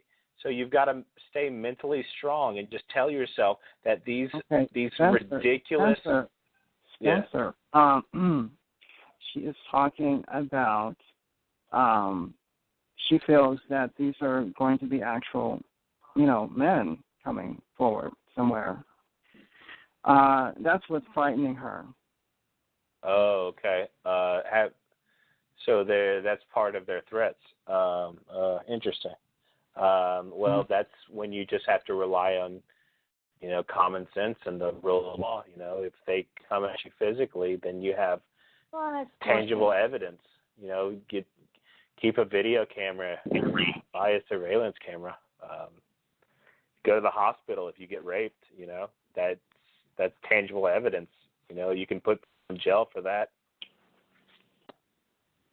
Yeah, the only suggestion I can make is there's a book called The Gift of Fear, and the author says, please pay close attention to that fear. It's real. It's talking to you. It's telling you something. So, don't try to suppress it or back away. That's basically what the whole book talks about. Go with that intuition. Guard yourself. Protect yourself. Trust your feelings. So that's all the only idea I have.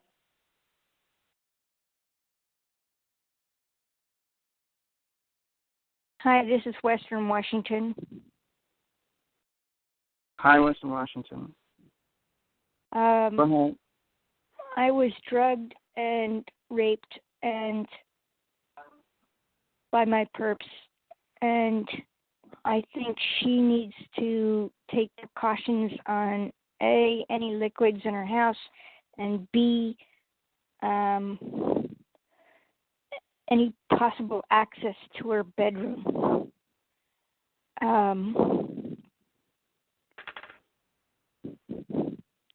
And if she experiences any kind of rape experience or sensations, she needs to go get a rape kit from the local hospital.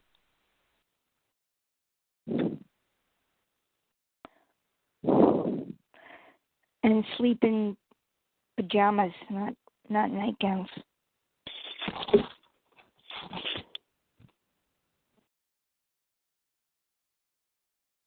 Well, that's an interesting thought. Well, all I have to share. It took me forever to get a surveillance system in my place. They're cheap these days. They're $500, but it's worth every penny. And that combined with some non-lethal protection, get a taser, get pepper spray, get a knife, and you'll have peace of mind. And if anyone comes after you, you know what? Guess what? You have something to call the cops with. You have a police report to file. You might even have physical forensic evidence. So either way, you're in. Just remind yourself of that, and that'll give you mental confidence you need to go through your daily life. Okay. Can I respond to that? Someone has a dog in the background. Whoever has a dog, could you please star 6 on your phone? Okay, it's not me for once. I'd like to respond to the guy who said you get a surveillance system. Can anyone hear me? Yes, we can hear you. Go ahead. My surveillance system was easily jammed, and the whole surveillance alarm system industry is a big bogus farce. Unless it offers second-party authentication and various other ways of identifying you, it's a big farce. There's a case in Washington State Superior Court against ADT, and I followed it, and the entire industry is a big farce. So anybody who's a home alarm is subjected to somebody coming along with a $20 jammer device who can, A, not only upset their alarm system, but B, upset their video surveillance. So while I encourage this individual to get a video surveillance system, it may not always be the end-all, be-all that they're purported to be. I have tried both. I've had 2 video surveillance systems, and I've tried 2 video surveillance systems and outdoor game cameras, and they've all been defeated by jammers.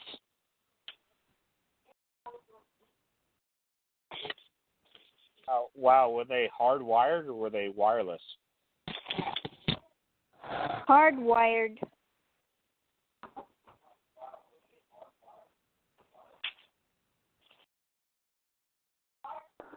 But if they get a hardwired system that is not wireless, that would help. But in my case, I had a hardwired system, and it still was defeated somehow. I haven't figured it out yet.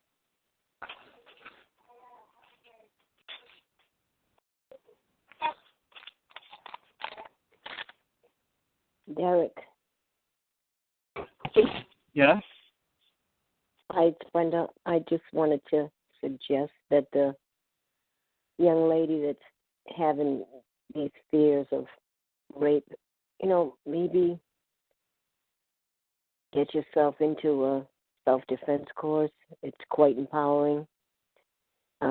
Take your mind off of the fear and empower yourself and learn how to defend yourself.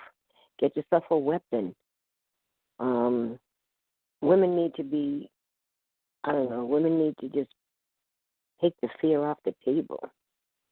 These things can be overcome, and it seems to me that this young lady is letting them and the thought of them overwhelm her. If she just took her mind off of that and enroll herself in a self-defense course, it gives you strength. I've done that.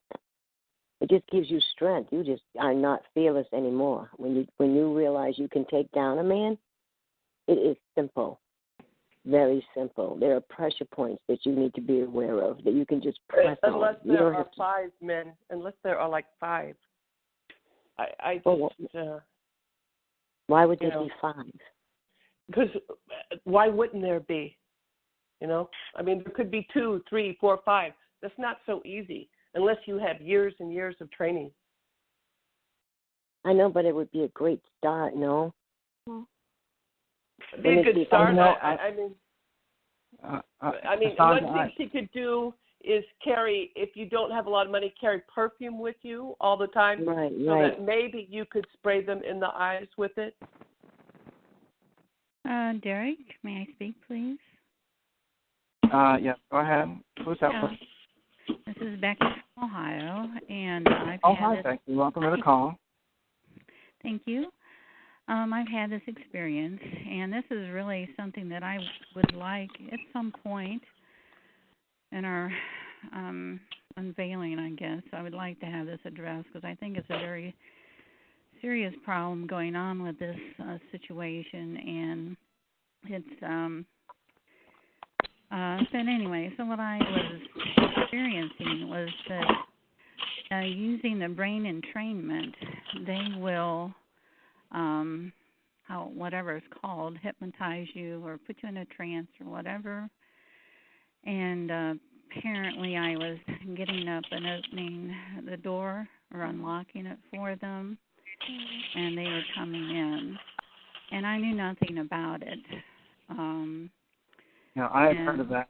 Yeah. Yeah, and so I believe there was one, and these are young people, probably men in their, I would say, early to mid-20s. And there was one I live in an apartment, so there's one person who is particularly involved in it. But apparently what he would do was, like, invite his friends over. And so, it'd be like, young guys go out for a beer or whatever. Hey, what are you going to do? So we'll just go over here and gang bang this lady, and she won't know anything about it. And it's lots of fun. Becky, hold on, please. Hold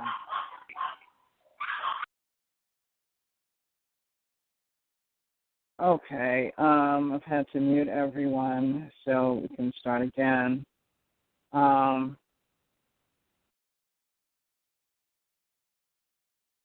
Okay, Becky, I want to thank this lady because Derrick, she is getting at what I'm feeling may happen to me. So I am so glad that she came on to talk.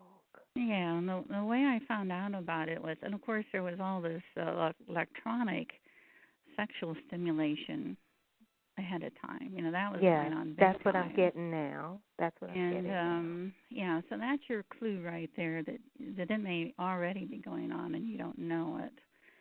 The way I found out about it, definitely, was, first of all, it had been talked about on Talk Show, probably a year earlier, and I was in disbelief. But so that helped, that there was a possibility. But I had stayed overnight at a bed and breakfast. And this bed and breakfast had, and there was a number of clues. There were obviously a couple cameras in the room, and there was water to drink. I couldn't get out of the faucet. And so whether I believe it was done both ways, maybe with the water drug or and with hypnotism. And that night I had an interesting dream. I dreamt that I was sitting on a beach, wearing my shorts and top and stuff. But the odd thing was somebody was massaging my feet, but I was feeling sexually stimulated. And I believed what happened was that the owner, the proprietor, had actually raped me while his wife was probably massaging my feet, is what I think happened. But the big clue came in the morning when we were all done eating breakfast and stuff, and somehow he passed in the hallway, he and I, and all of a sudden he grabbed me and kissed me.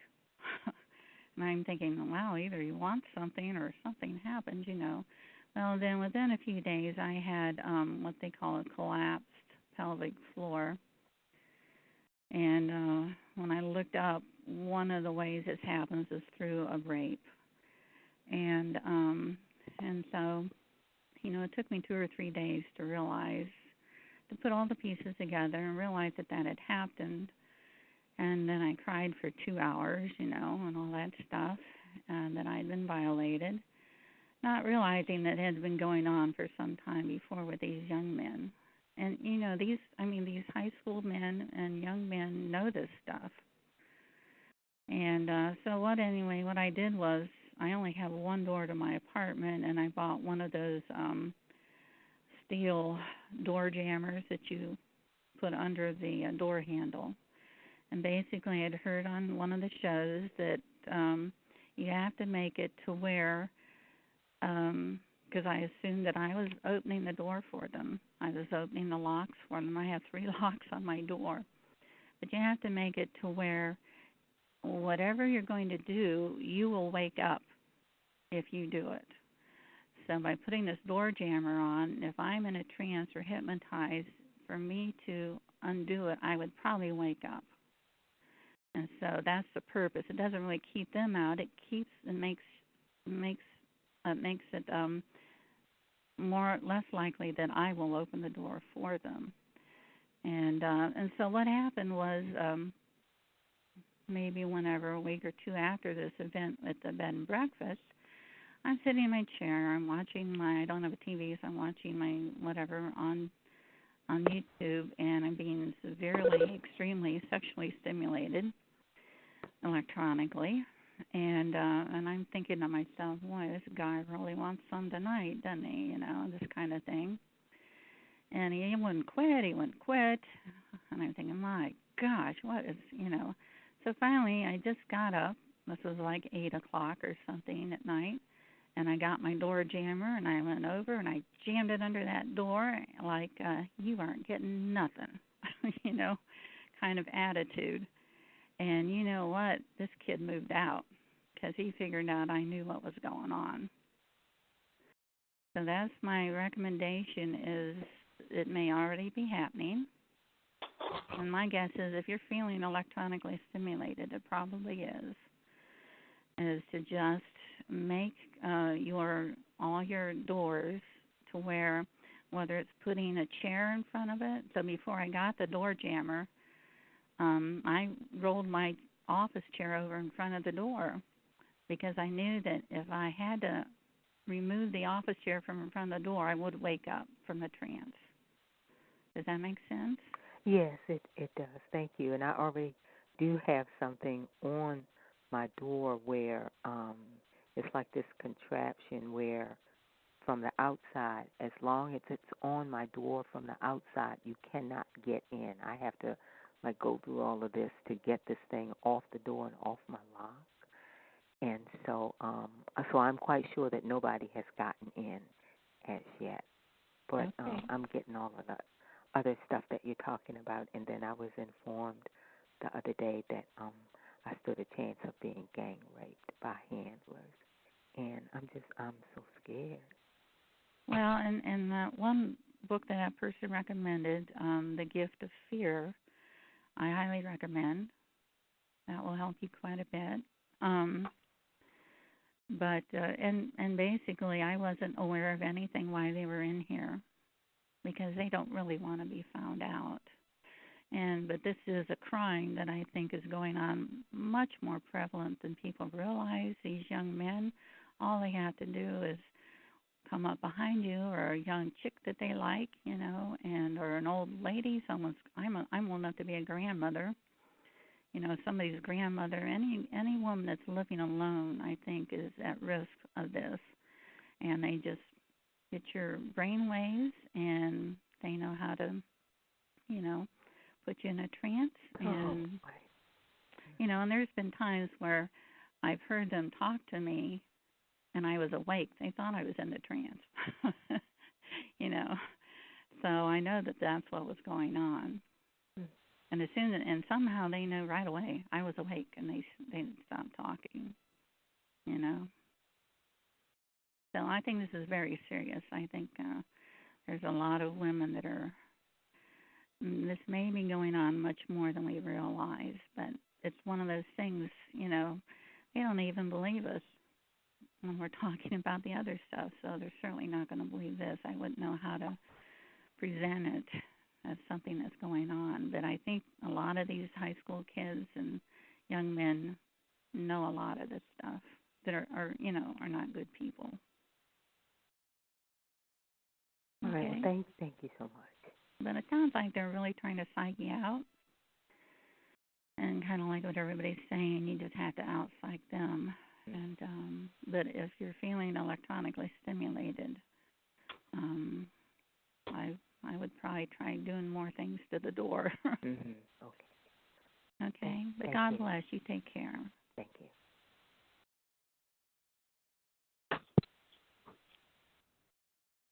Well, thank you, Becky. Yeah, you're welcome. Let's hope we helped out some people here. Oh, yeah, absolutely. So, Cassandra, I hope that information helped you. Yes, it did. And the method by which they would use to, I knew that something would probably happen, with my brain. And she kind of outlaid it where I could really understand, what would happen. So I learned. Thank you so much. Okay. Well, you're very welcome. I think a few others have a few comments. Yes, I was wanting to comment on the lady before. I think she is probably right that I don't want to scare her, but it is probably going on. The only thing that I think that happened different with me was it was definitely a cloaking individual, not like alcohol. Had bruises all the way from my ankles all the way up. And I don't know how they knock you out unconsciously, but I know that whole day when I was walking and cleaning my house and that, all of a sudden papers would fall, and I kept smelling alcohol off and on. I don't drink. But it is a serious problem. It is going on, and I even went for medical treatment out of town, and I had to spend the night at a hotel. And when I went out to have a cigarette, because I'm a smoker, and then came back in, all the lights were on. And then, I kind of checked my room to make sure nobody was in there or anything. And then the same thing again, bruises all the way up from my ankles up. So it is a serious problem. And if it's a cloaking guy, you can't see him. And in my house, I do have like a door bar that has a sound. So, like, if somebody even jiggles my handle, because I live in an apartment complex, that's another game they like to play, is jiggle your handle or knock on your door and run away. So mine is, you can get it through, I think, I forgot the name of the company right now. I think it's Hard or something. But anyway, the alarm will go off. But just to let you know, there is transportal cloaking people involved in it in some individuals' cases. I know for mine, for a fact, there is. And that's basically all I wanted to say. I don't know how to protect it. All I do know is I get very angry, And at times I keep saying I want to buy a heat thermal device to nail their butts, but that's about it. That's all I wanted to share. Thank you.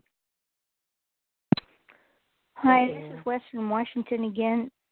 I used to be a domestic violence counselor, and what I wanted to add to my previous comments was that the day before I had my home alarm system installed, I was drugged and raped, and these people wanted to know the make and model numbers of my alarm system components so they could screw with it. And unfortunately, I didn't react to the rape thing appropriately. But even the alarm system installer told me that he has 3 dogs, and he knew that the police weren't going to respond in time to his complaints, so he has 3 pit bulls, and that was a tip-off number 1. But DVR and alarm systems are easily hacked. Don't waste your money until they have authentication and third-party, or I guess second or third-party authentication, and 2 other factors. Don't waste your money. You need to put a bar across the door and get a big dog. These things that are called jammers that go under the doorknobs. In my house, they just slide across the door and do nothing. You can go to any hardware store and buy a bracket. They're heavy-duty steel brackets. One's in U-shape, and the other accommodates a 2x4, and you put them across your door and put a 2x4 piece of wood across it, and that is basically indestructible. But I would recommend large dogs. Get large, nasty dogs in your yard, and put this bar across your door. The home alarm systems now are just not reliable. Anything wireless is superbly not reliable, and even if it's wired, it can be tampered with. And so I agree that's all I have to also. say. Yes, I agree also with the alarm system. That was a waste of time and money. I thought that the alarm company and even the locksmith, I think the alarm company was in on it. I think the locksmith was aware of what was going on, because I actually had one of the locksmith people come out, because I had the lock changed a number of times with all the super fancy locks, so forth and so on. But he looked out at my back patio, and he made a comment, which is kind of interesting. He said, and you're a nice person, too. So I'm thinking, oh, so you're used to seeing this, and you find it strange that they would do this to a nice person. And so eventually I got rid of the alarm system, because that's just one more game that they like to, a challenge that they like to overcome. And it's I have high security locks, and they still seem to come through that. And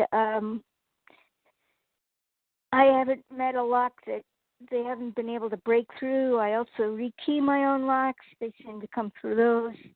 Yeah. Yeah, I heard one night, I didn't write it down, but one lady was talking about how she had gotten these, she mentioned 3 different kind of locks that she got from overseas. And they specifically had said that they could not be keyed or opened in any way. But I didn't write down the one she mentioned, because right now I'm in an apartment, and I'm really, I have to go with the one I have. Mm-hmm. When I get a home, I will, if I get a home, look into that. Well, if you have a Schlage lock, you can replace the core with a Medico or something more serious. Yeah, I did all that before when I had the condo, and it was a waste of money. I'm highly dubious that any kind of lock could not be broken through, particularly if you're being harassed by the police. Yeah, and they're involved, yes. Yep. Can you hear me? Yes, we can. Yes. Who's there? This is Eileen. I just Hi. wanted to mention there's also what they call a lot on QVC. You get 2 for $30. I use that besides the bar. It's only good when you're inside the house. Right. And how the Adelock works is there's a metal piece that goes into the door jamb where your bar from your door handle goes in. So when you're putting the Adelock in the door, you have to put this little metal piece in before you close the door. That is what and I then have. Once you... I have an Adelock. That's what I use. That's what I have. Okay, yeah, and that's only good for when you're in the house. Right, exactly. Okay. Yeah. I do know about that. Thank you. Too. Yeah, maybe for someone else too. Okay, a lot of good suggestions. And it's good to hear Becky.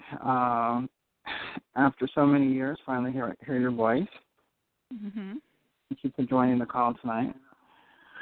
Well, I just had to help out that lady. Okay. Can I say one thing that's a little different angle, and this is a horrifying conversation, by the way.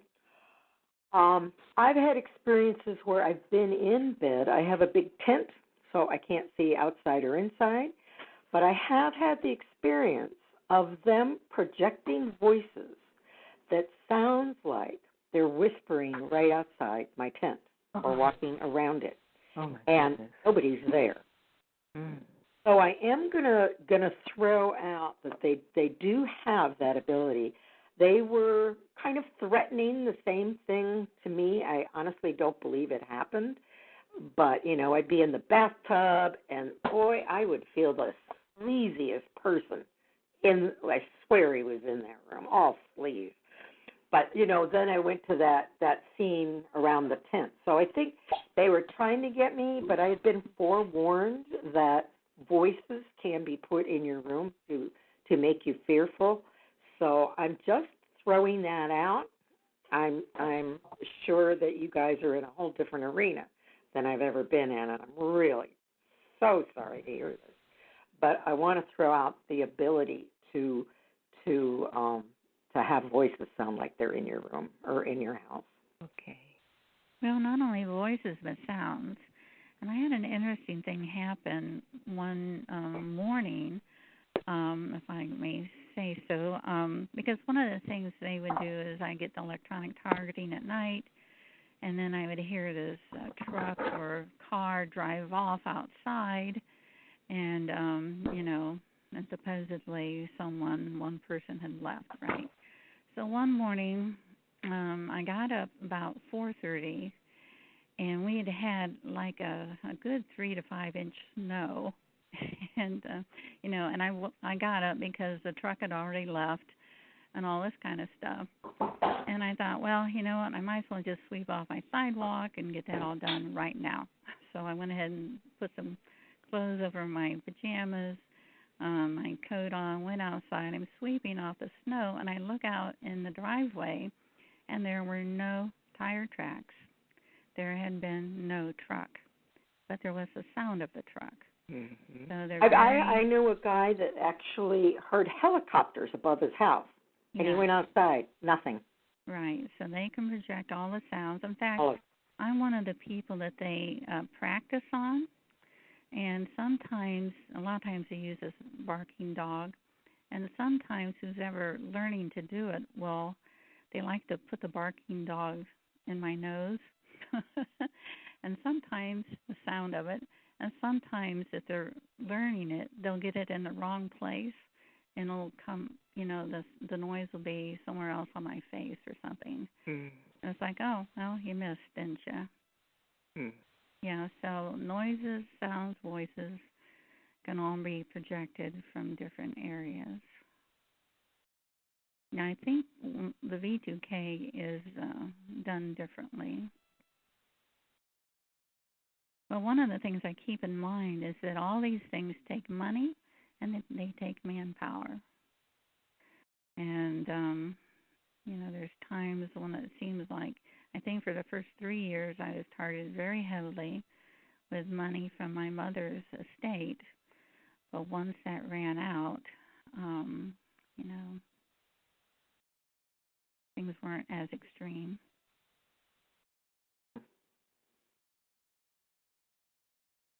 I think out of all the ideas, the bracket one sounds good. Well, and the point is not keeping them out. The point is waking you up so you don't let them in. And, when I heard Dr. Hall talking about how they put a camera, he kept insisting that this lady or whoever it was moving things around themselves and doing all this kind of things themselves, and a majority of what's going on is done by us through and I'm not sure what it is, whether it's the hypnotism or the trance or whatever it's called. But then they actually put cameras in there and showed how this person was getting up and opening the door. Mm-hmm.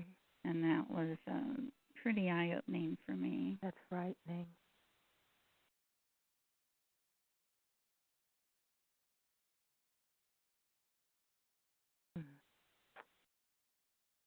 Oh, boy.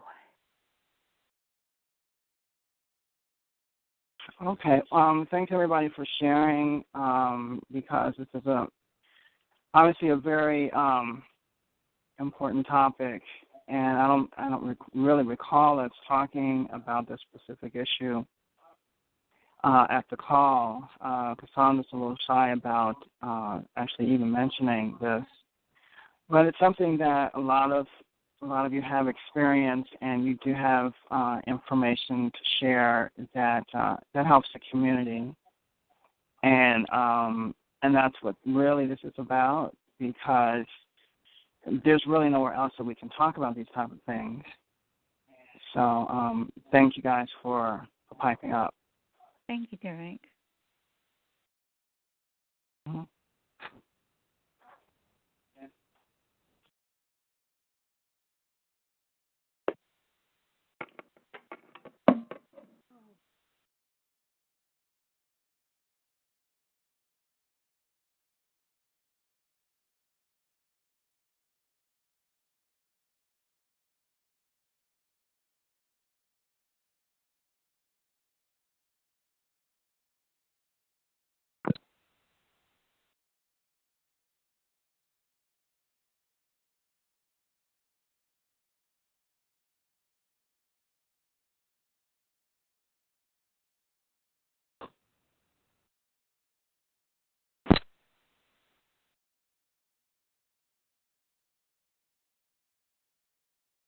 Okay, if you're just joining us, this is the Paccts International Monday Night Podcast, and we have kind of segued into general topics at this time. If you have a question or comment, feel free to star 8 on your phone and begin a discussion.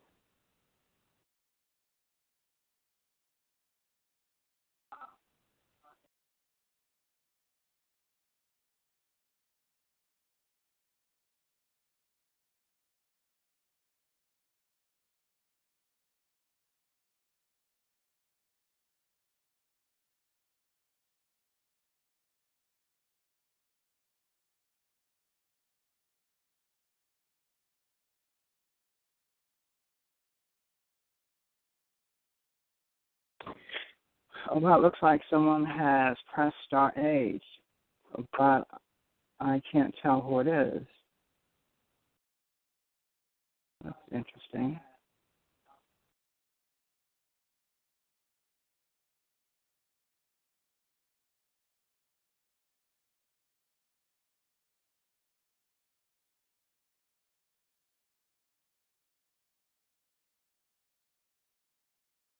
Okay, if someone has just pressed star 8, let me suggest that you hang up and call back in and star 8 again, because although there's one place that says that someone has pressed star 8, it doesn't show up on the list of callers. So if someone has just pressed star 8 and has a question or comment, then if you would please call back in and try that again.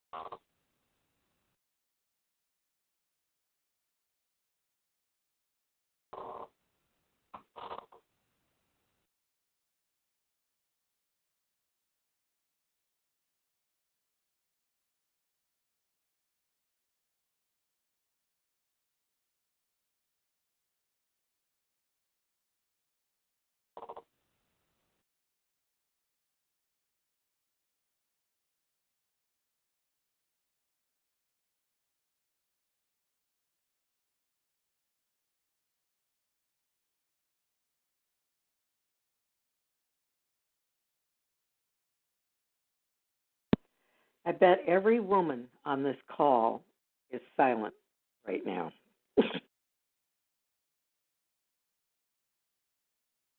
Okay. Every woman is silent, you said? Well, that was a very kind of awful conversation. And I just think you just shut a lot of women up. I know, I'm just sitting here thinking about it. Oh. Well, and you had a lot of speakers up to that point, and everybody got really quiet. Yeah, it's a serious situation, and when Cassandra called me last night and was saying how she was afraid, and how she picked up from them. Actually, she doesn't have voice to skull, but her handlers do communicate with her, and she feels like they can read her thoughts. And through some means, however they communicate, they have a way of communicating. She felt that they were trying to convey to her that they were going to gang rape her, and so she became frightened. So I really did not know what to suggest for her. I mean, you have to protect yourself, but at the same time, I've heard stories of people being threatened with death in that same way, and nothing happened. So, I look at it right on the line. If it were me, I'd protect myself. I'd probably do the bracket thing. But then I'd also consider that it's a fear tactic. And it may never happen. Yeah, of course. And that is something that she is aware of, that it's something to make her frightened, and which it seems to be working quite well at the moment. So the thing is, and hopefully, let's see, she's still here. Let me see if she's still here. Yes. Are you still here? Oh, okay. You'll also do well, Cassandra, to listen to the beginning of the call. Listen to the recording, because our guest this evening had some very good experiences with how he overcame the fear of his stalkers. And this might be of some help for you as well. Okay. I will. Thank you.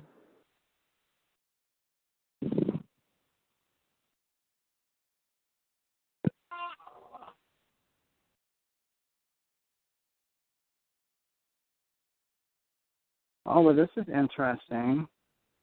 Somebody who is one of the chatters is requesting to speak, and his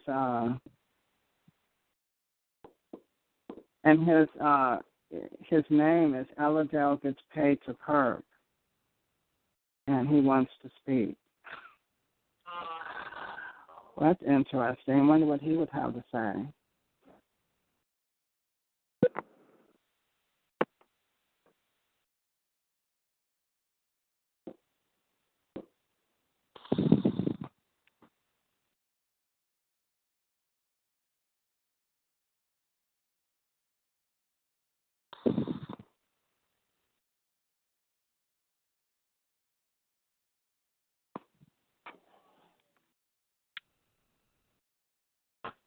Hello, Derrick. Yeah. Hi, Keith. Yeah, this is Keith. Yeah, thank you for unmuting me. I'd like to, as crazy as this may sound, just maybe make a suggestion, and of course this is just off the top of my head, and it might lead to other ideas.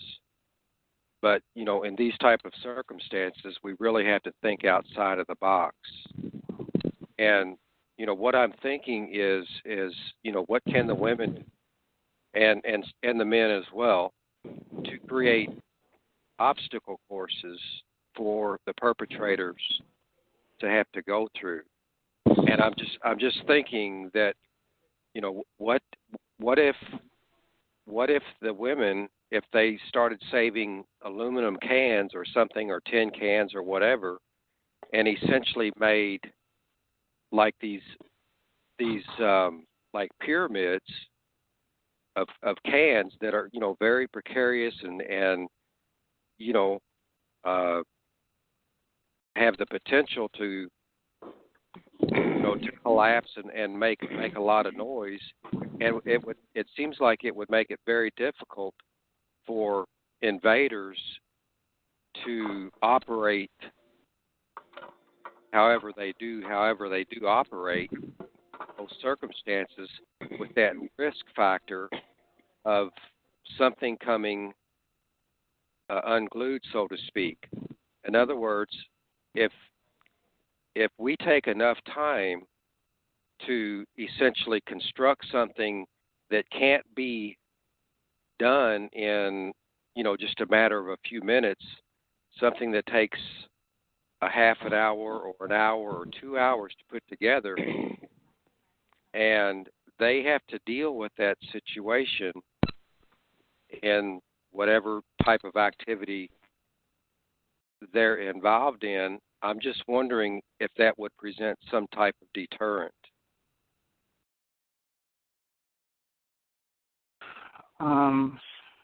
Well, that's an idea.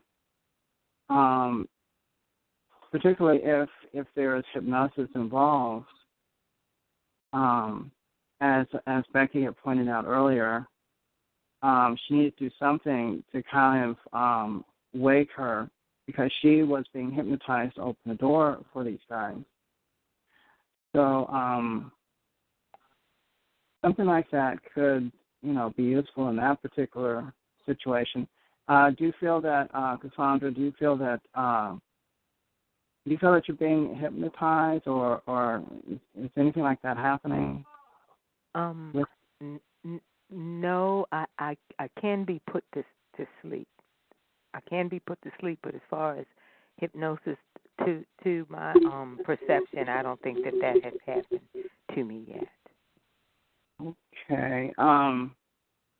But putting something up as an obstacle, for instance, around your bedroom, that I suppose that can hurt.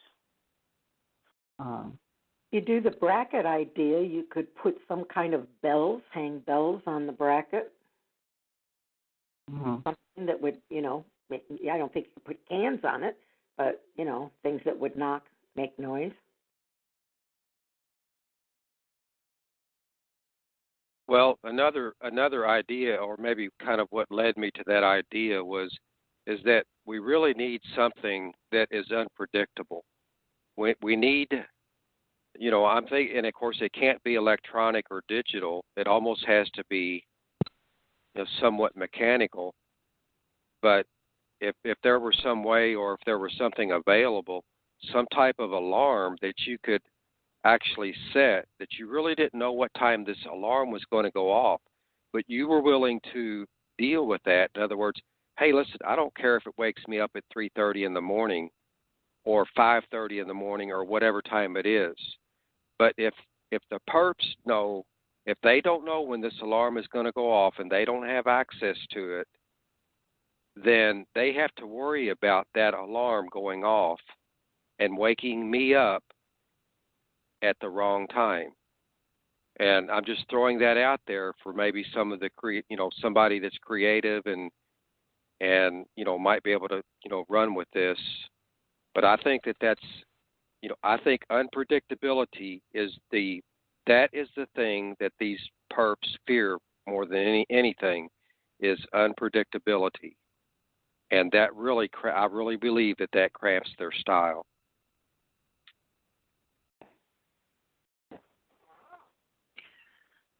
Yeah, well, I would agree.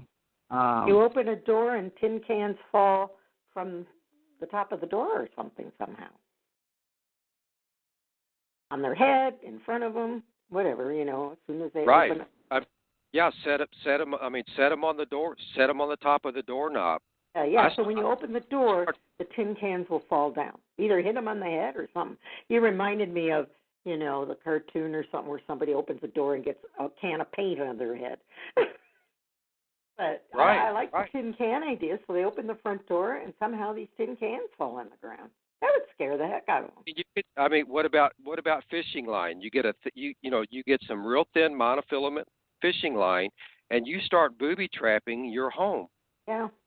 And I knew a girl that was a bodyguard, and she had her whole house booby trapped like that, bells and all kinds of things. So if somebody came to get her at night, she would wake up. And there's something to that. I like that idea.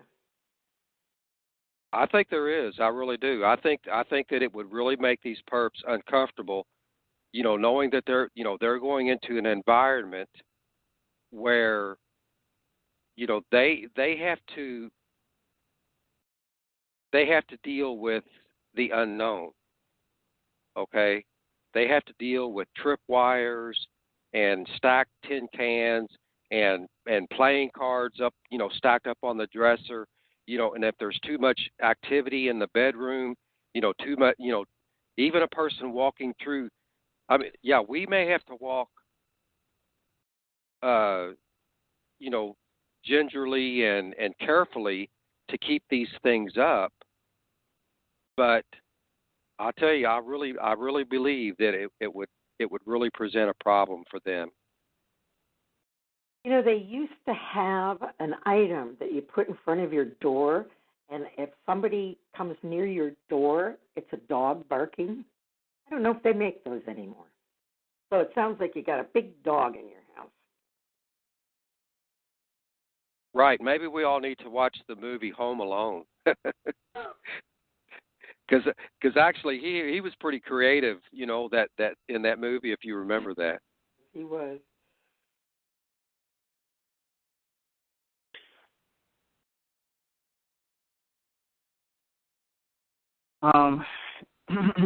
There might be the fear also that this could happen outside of a home.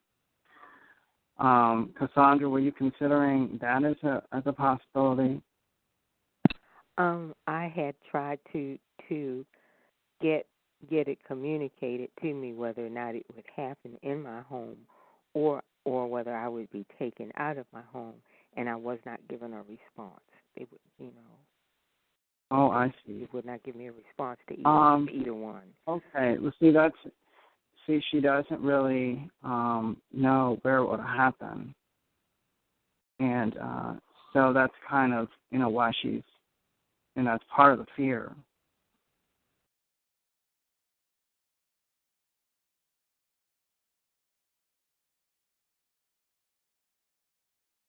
But I have thought about that, he just may be trying to frighten me. But I have two handlers, and they both have conveyed to me that is a possibility that will happen to me, and I'm scared to death. Okay, actually, you know what? If it happens, if you're somewhere in public or something, I mean, you have a number of options. Particularly if you're in a crowded place. Just, if you are concerned about that, just try to remain where there are crowds of people, and you'd probably be safer. I have a whistle on my car keys.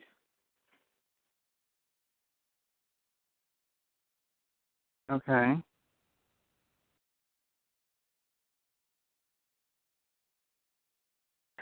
Derek, I remember years ago when we went to a rally down in D.C., and I remember, I can't remember what park we were in, but it was you and me and Juanita and, some other people. Well, I do remember that there was this man who approached us, like he was just walking, and he had this girl with him. And it looked to me like she was being led. I mean, he wasn't dragging her, but you could tell that, I don't know, it was just something that did not look right. And in my heart, I just knew that he was going to, take her to one of those hotels down there in D.C. and was going to do something to this girl. And I just remember that, and she was woke, but she just looked like almost like she was drugged almost, but yet she was still walking, and her eyes was open. Her eyes were open, but he had her tightly around the arm, and it was just weird, and I felt really frightened for that girl, and that was years ago, and I've always remembered that. Really? Wow. That's interesting.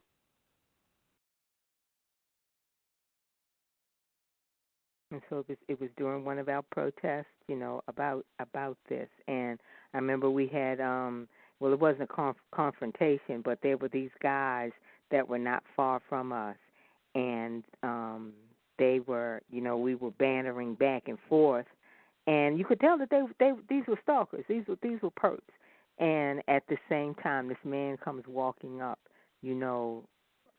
like pulling this girl with him, and it was eerie, and I just felt I felt sad for her, and so now, I hope something like that doesn't happen to me. Oh, well, yeah, I think if you take certain precautions, that I think you'll be okay. We've looked at a number of scenarios, so hopefully, you can take precaution in each environment. They also have that you can put on your keychain. What you want, if you go this route, is you want the combination of pepper spray and mace. Because some people don't react to pepper spray and some people don't react to mace.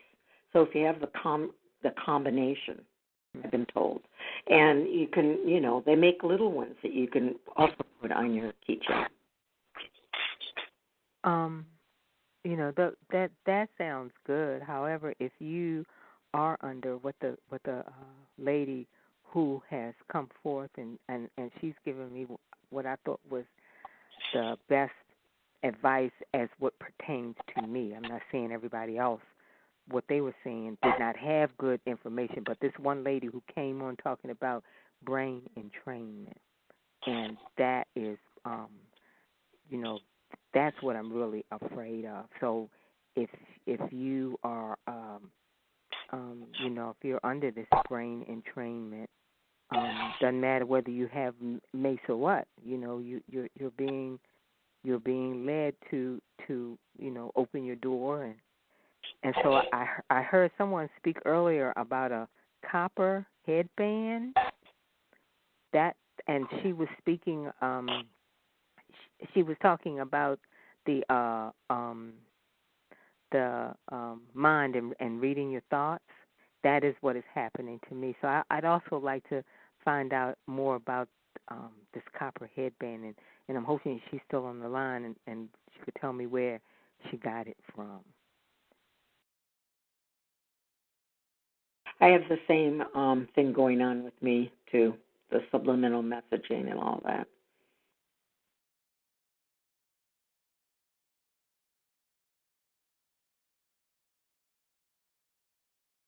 Okay, looks like I located where the noise is coming from. Okay, we have several that are waiting to speak. So, hi, if you're just joining us, we are talking about how to protect yourself from the threat of a rape situation. So, oh no! Did you say rape? a potential rape. You know, it has not happened, but one of our members is fearful that this might be perpetrators might be planning that. So. Oh my goodness. So preventive measures and precautions and so forth. Well, first, yes, exactly.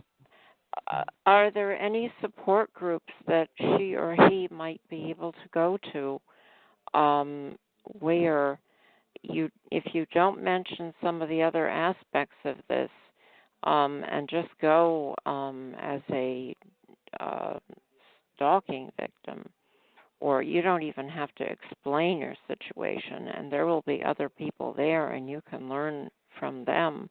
A lot of them are domestic violence victims. That's one suggestion. Another thing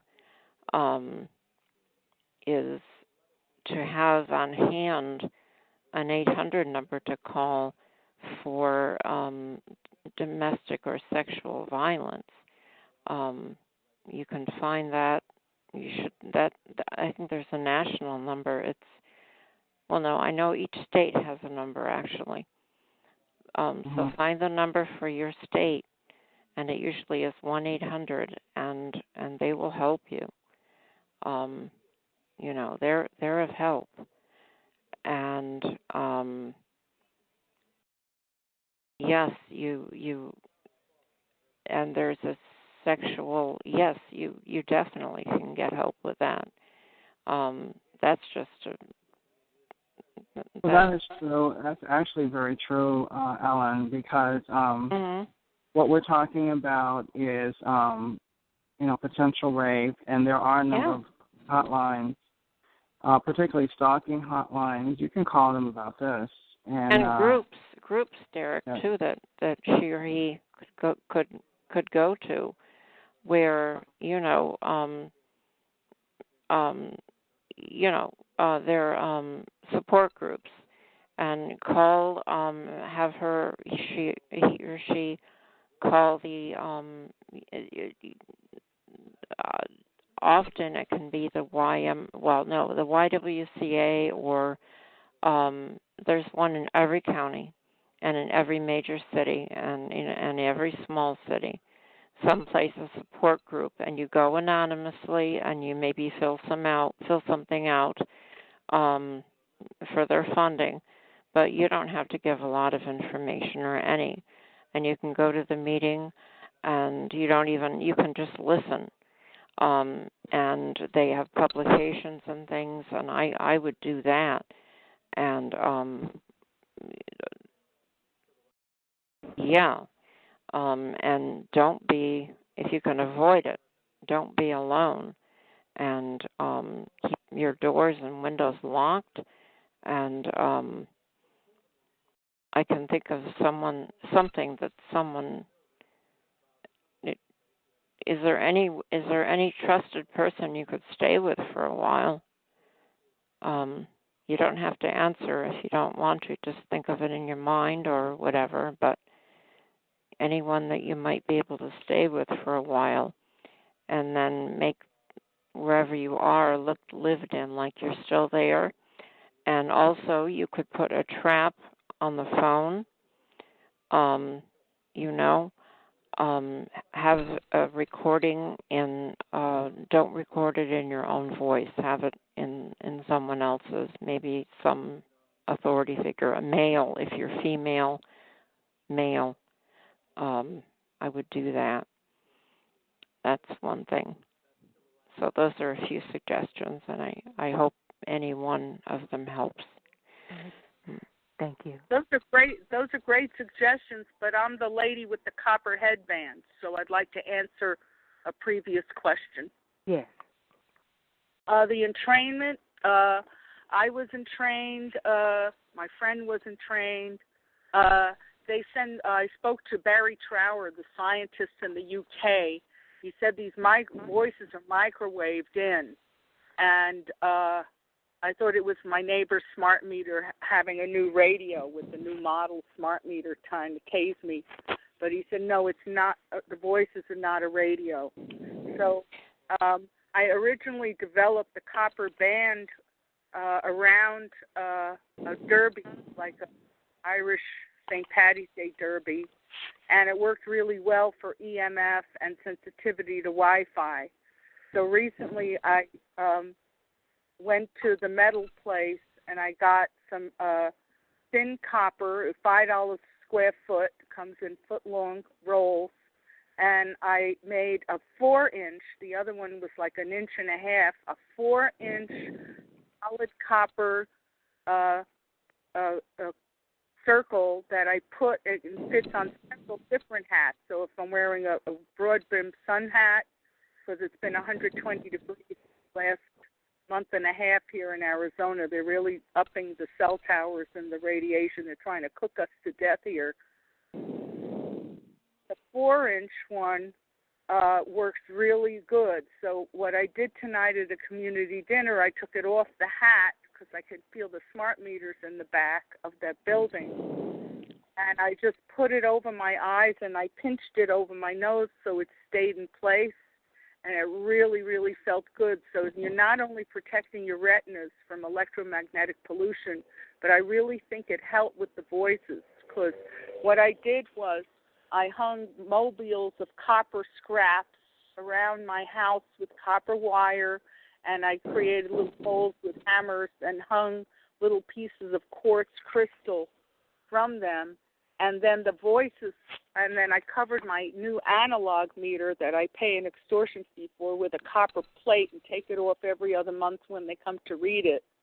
And the remediator came and measured my house with the big gigahertz solutions meter, and he says having that copper cover on my analog really didn't change the meter readings of my neighbor's smart meters and the cell tower down the block that much that I really didn't have to worry about that. I said, well, I hate to tell you this, but ever since I put that copper plate on my analog meter and hung these mobiles up, the voices tried to get through, but they got interference. And the copper, I believe, and the aluminum mesh that I put around the cat shelter on the top half, about 25 feet by 10 feet around, and I think they can't get through because I heard them trying to get through, and it was all staticky and cracking, and then they tried again 6 months later, and they gave up. Could you describe the hat again, please, the materials? I get any hat. Now, you can go on lessemf.com and buy hats, and I got the head net from them for $80 plus 10 shipping. It's a new item they have, which may not be in the older catalogs. It's a nylon head net. It could fit over a hat or it just comes down to your shoulders. And it's nylon sprayed twice with silver. Mm-hmm. You can rinse it off in distilled water briefly so that it's not like the silver threads come out. And I found that was great. it blocked when I felt the my neighbor's smart meters tasing me across my property late at night. I would put that on with the silver eye shield they sell, and even just a half an hour of that during their high tase hours from like 4:30 a.m. to 5:30 a.m. That really helped a lot. And I have 24 packs of bottled water. I have 120 of those lined up around the garage because I How do you collect all those? How do you do it? How do I do what? How do you get that quantity? No, a friend gave me, I think, 80 of them, and she used her neighbor's truck. And those things are heavy. Yeah. Well, they're heavy, but she gave them to me for free, and then I found them for sale at $1.88, and I have 120 of them stacked up. It's not as many as I want, but when you put it perpendicular to itself, it works better just flat along one wall. Yeah. And you put it against the wall where the meter tells you it's the most tasing, and I analyzed that it was coming pretty much from the back alley because that's where the meters are facing. And there's only 2 people in my whole zip code that got the safe meter back. So this is like electrocution city. So yes, the copper band was actually a suggestion of a former engineer who's now a stock boy at the local grocery, which I can't go to anymore because they have new lampposts and getting ready for the 5 gigahertz blanketing Wi-Fi. Oh, from Google, yeah. Well, not just that, it's also from the government saying it's renewable. Ha ha. Since when is killing people renewable energy? That they must have thought of at their Berlin meeting a month ago. That's what they all convened to try to play dumb. Yeah. The eight is renewable. Yeah, right. And fluoride is good for your teeth too. Could you say again, please, the copper? You said something about 5 copper, and then the 5 square inch, and the 4 square inch. Well, I had a 2-inch copper band around a little hat that I found, for $1 after St. Patty's Day. It's not quite my size, but it kind of just fit right on it.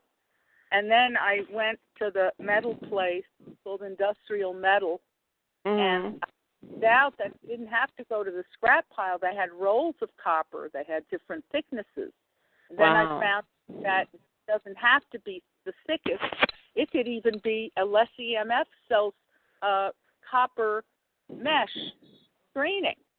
Yeah, and that's nice, but if you're on a budget, maybe to get that industrial metal, you might be able to go to a scrap place and get it. Feet, you just need like 2 feet because it works better as a continuous band rather than the one that I had in 2 pieces that was scrap kind of pushed together. But you can get some scrap, and then I duct taped it in the back so it wouldn't come loose and it wouldn't cut me because the thinnest copper is so sharp that you have to handle it with care. The one that's a little thicker that I have covering my cell phone case to some of the radiation, that is has a thicker edge so it doesn't cut me, you see, but it's $10 a square foot as opposed to $5. Yeah. So I got 25 feet of that, and I just I put it around the cat shelter, and I just cut a piece off of it the other day because I wanted to see if 4 inches would be better, because they're upping the meters to between 1 and 3 watts from 1/4 of a watt. They're upping the Wi-Fi, the cell towers on every block 2 or 3 now. I'm taking pictures, and the chemtrails with the aluminum, and chipping people with metal this, metal that. So a lot of electrocutions, too. The nurse with the radio show in Memphis asked me to do more research on that, and I've been sending it to Joe Esposito in Oklahoma and Curtis Bennett in British Columbia. And a lot. I had that going on for almost a couple of years, and I knew something was wrong, but when I was going to school in my adult life, trying to get another degree, and of course I couldn't finish because of what was going on medically. But I would get a terrible shock once when I thought, these shocks were terrible, and I knew there was something, but find out. You shocked because I had a leg cramp taking a class last summer at ASU West. They couldn't shut the Wi-Fi off in that one building, and they had all metal chairs, and my leg was just seizing. I had to stand up, and this last week of the class, I brought my own chair. Yeah, they had. In fact, it was when I was using a phone.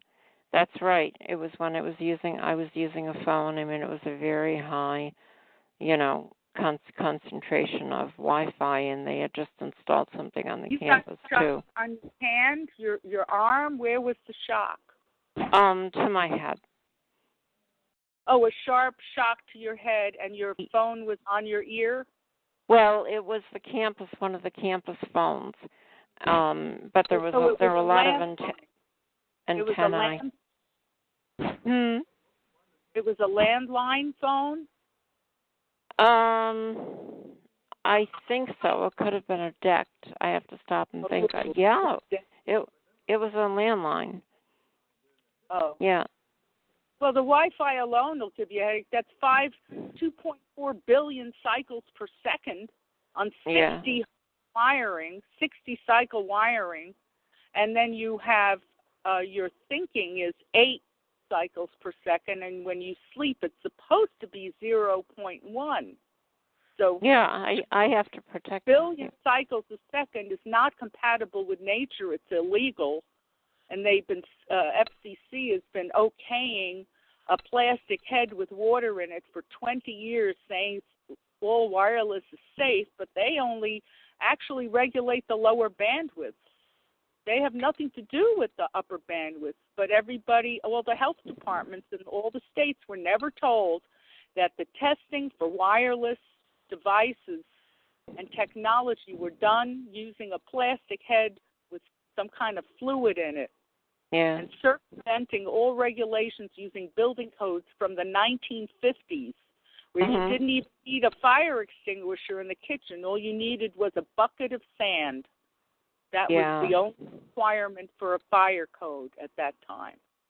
And the asbestos issue was taken care of, for the asbestos and the lead for children. It's the fibers that, when the fibers got loose, that's what you were breathing in that was bad. The little fibers, like the sawdust that they're claiming, and the talc, the lead and the powders. It's the little things that get in, the nanoparticles. It wasn't really the asbestos itself. Oh. In fact, it's so tinily shredded. Anyway, let's get back to the copper band, because, yes, I do believe... Maybe you could email me something on that. Possibly, but maybe we should let other people talk, or maybe, for the situation. There was a lady who asked specifically about the brain entrainment. And okay, go ahead then. If Derrick agrees, if she had her question answered or not. If Derrick agrees, and the other, if everyone, sure. I mean, if I don't hear anyone else on the line, so. Hi, this is Deborah. I wanted to speak up again because I'm a former domestic violence counselor, and at a minimum, this woman should call the National Association Against Domestic Violence. The hotline number is 1-800-799-7233. Oh, good.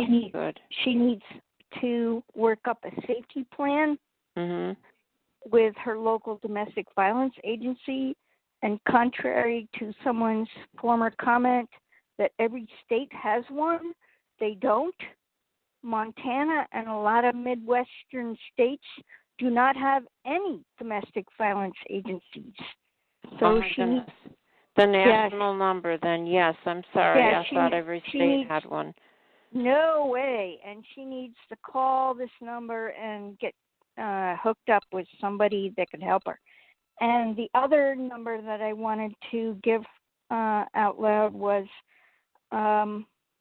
Cassandra, are you hearing this?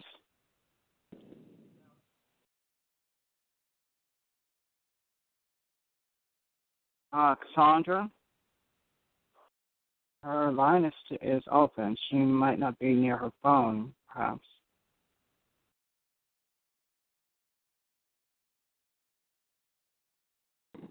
Well. Okay, well, if she doesn't come back to the phone soon, Deborah, I can place you in contact with Cassandra because it sounds like you have some important information. yeah, I wanted to give out one more number, if you would, please, and I'd be delighted to help her in any way I can. Okay. I used to be an advocate. There's a national organization, and I forget what the acronym is, but the website is RAINN.org, and that's for sexual assault and rape victims. And their number is 1-800-656-HOPE.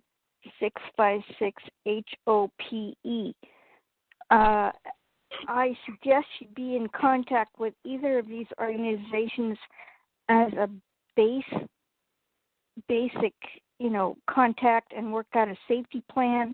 And if she thinks she's under some kind of electronic assault and so on, certainly she can pursue that with us at a further level. But as a minimum, she needs to work out a safety plan, and those agencies are the best to do that for her. Not any of us, throwing out this and that and this and that.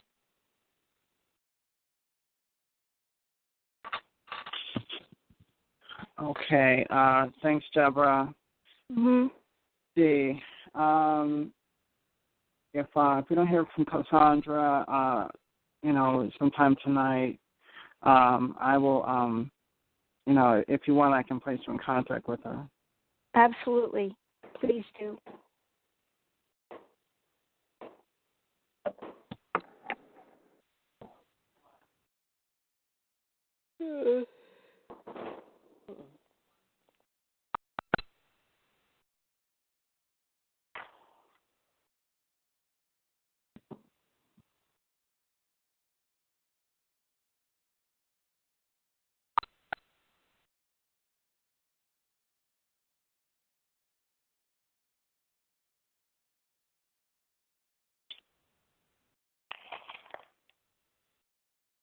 Okay, thanks everyone for your suggestions. And I had forgotten actually that she wanted to talk about that this evening. So fortunately, she did speak up about that. It's very important that we help each other because, as I said earlier, there are very few other resources that we have. In this particular case, there are some alternatives. And that she could utilize, but in a lot of instances, we don't have that luxury. So, and I'm sure she appreciated the information that all of you provided. So, I just wanted to add something before we get off this topic. Hi, it's Roseanne. A few people have mentioned all the places she can go, and I think this is a really important thing. We think that we can't reach out for help or document any of this abuse, and we can. We might not be able to say we're being electronically harassed, but we can talk about a lot of the things that are more mainstream.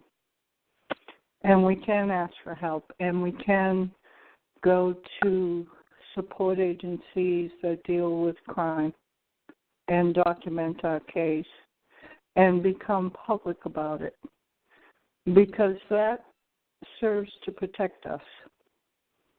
The one thing these people don't want is exposure.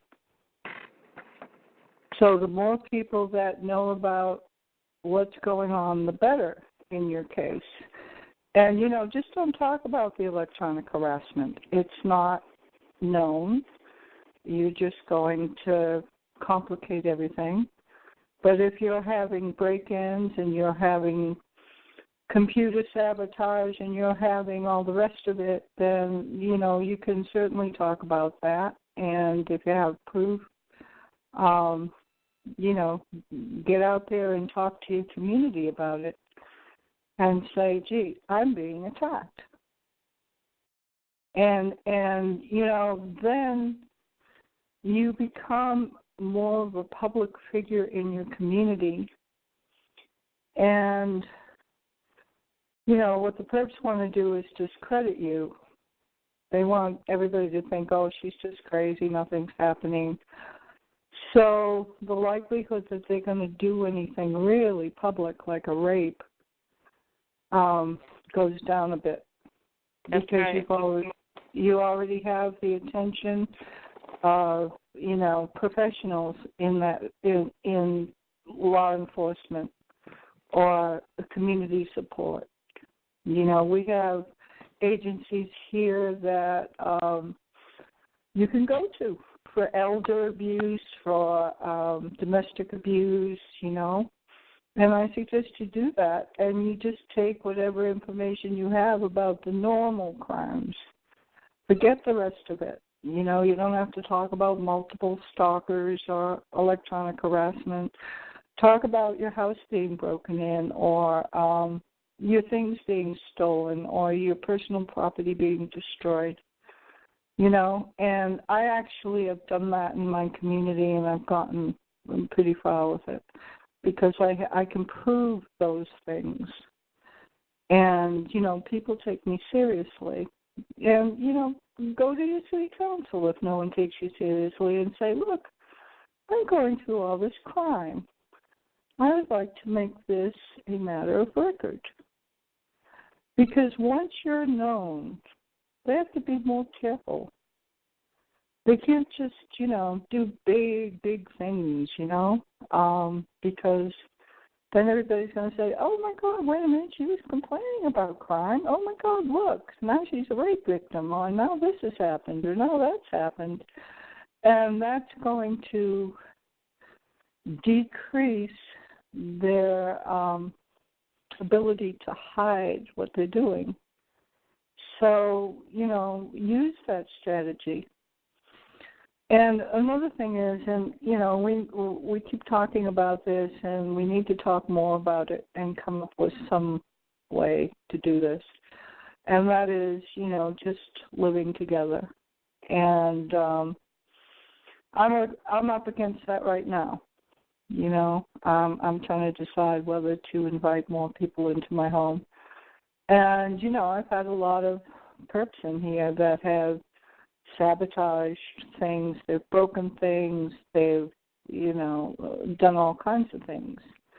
So it's really difficult to decide what to do, but, we should come up with some guidelines for, how to do this, because it just seems that there's such opposition to it. In fact, there's a plan to keep us from getting united in this way. They set it up so you don't trust anybody, and they only send perps to your home and things like that. So really, they're wanting you alone, and we all know that. They want you alone. But in reality, if you're living with people, what they can pull off is greatly decreased because you have witnesses. They're not going to come in if there are 3 people in the home and rape a woman. So we really need to figure out how to accomplish this. And I know that they can mind control people to fight and distrust each other and all that kind of thing. And, that's really difficult to deal with. I've gone through a lot of that in my own life. I'm going through it right now. But if you know that's coming and you're just sort of sharing a home in a complete business way, which is we don't have to be friends. We know they're going to try to break up a friendship. What we have to decide is how we're going to protect ourselves. And then even if we don't speak to each other, those rules are in place. For instance, the house is never left unattended, period. You know, just certain rules that you decide upon to protect yourself. And then, you know, realize that any kind of friendship is going to be compromised. And you know, don't even go there. Just you have it a straight business agreement of mutual protection and what it takes to achieve that.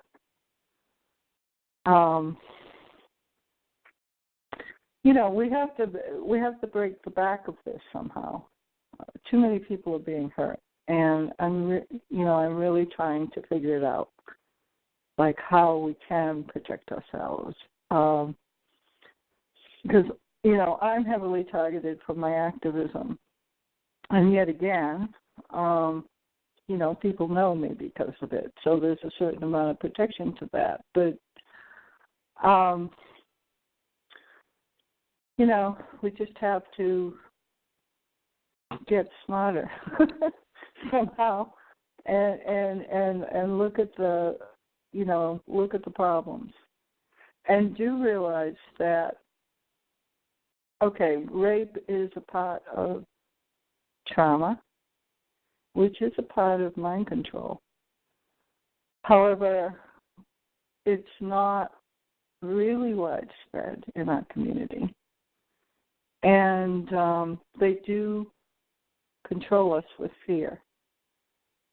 And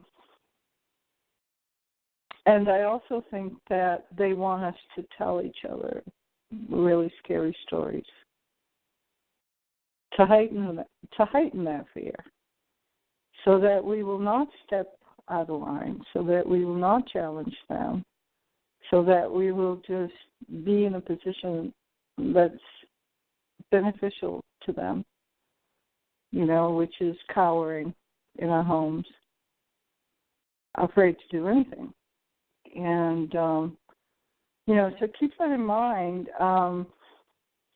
Yes, this happens, and we all should take precautions, but it's not that widespread.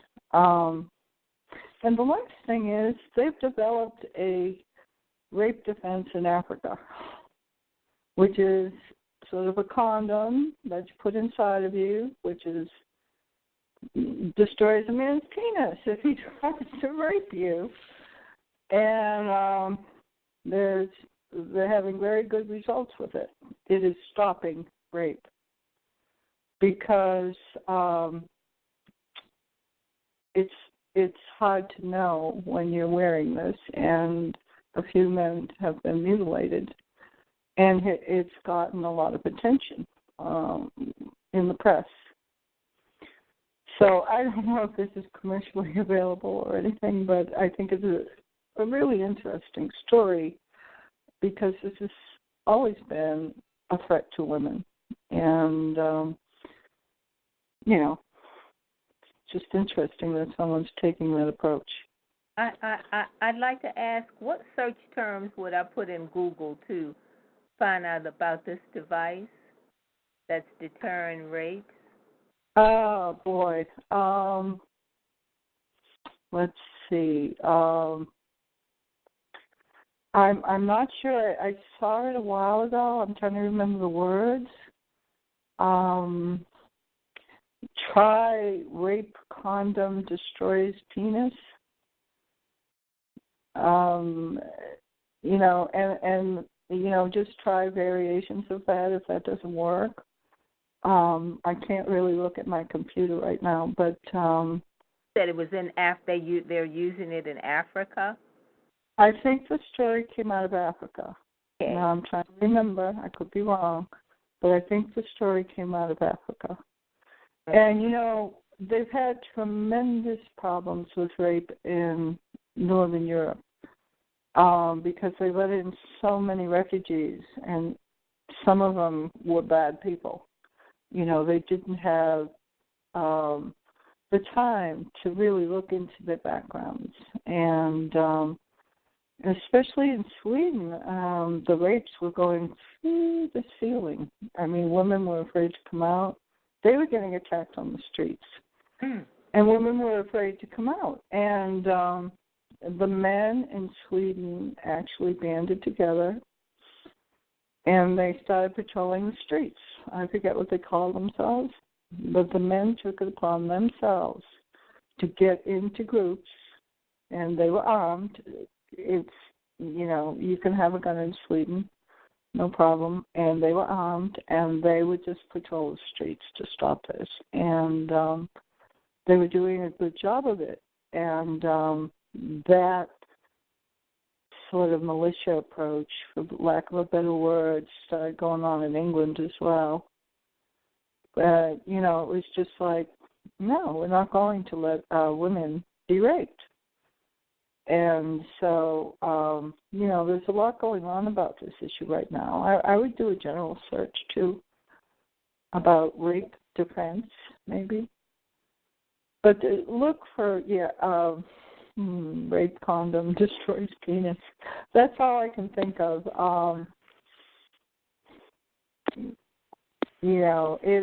I've heard of this before. You might look up anti-rape condom. This isn't the first time I've seen this, but it's the first time I've seen a story of a man who lost his spouse because he tried to rape a woman. It was very serious damage. And, the word got out, and, that might stop men from raping if you can't tell who's wearing one. It's an Hello, this is Melinda. Can you hear me? Yeah. Hello. Yeah, hi. I want to add to what Roseanne's saying. There is a patent that was created, and I think you should have this information in case anybody doubts you. It's a method for artificially inducing urination, defecation, or sexual excitation. It's patent number 3,009,41136, and it's Dr. Bucalo, March 2nd, 1976. What's the patent number again? Yes, it's a patent 3,941,136. 349,316. 3,941,136. It's 3,900,041. And it's too late. Anyway. Spell Bucalo? Yeah. Bucalo, Bucalo, at the Neuronx Corporation in Holbrook, New York. What? And spell his name. Yes, spell it. B as in Bob, U, A as in cat, B, U, C as in cat, A, L as in Larry, O. First name Lewis. And if they are doing it electronically, there will be no forensic remains. If they are not doing it forensically, if there's an actual human being there, there is always forensic. And boy, if you could just get some tape and have tape available and just tape all over you for hairs. Now, assuming he's wearing a condom, there won't be fluids, but there'll be something. There'll be some stuff. Just have big, thick packing tape and just tape everywhere. Okay, and it was called Method for... Let me see. Method for artificially inducing urination, defecation, or sexual excitation. And one more time, the patent, please. Sure. 941,136. And the person who's really looked into this is Helena. So, do you have, how to get a hold of Helena? She's not on the call tonight. I will email her, and let's see, maybe have her on Karen's call tomorrow night or something, so you guys can get in touch with her. She really has studied this, and all the different sensations and things like that. And if you have that in your purse, just say, oh, by the way, you think I'm nuts, it's patent number blah, blah, blah. That's great. Because if you say I'm being raped electronically, they are going to get you ready for the loony bin. But if you pull out a patent and say this is going on, blah, blah, blah. Right. Thank you. Well, there certainly is there's a difference between the rape as the face-to-face kind of rape. Well, that's what I said. If it is vis-a-vis and with a human being, you got to get out tape and pick up forensic evidence. Sure. They always leave it. If you watch CIS, there's always evidence. You just have to find it. And unless he shaves his body from head to toe, which most men don't. Yeah. I would like to interject a real estate precaution. Is this a good time?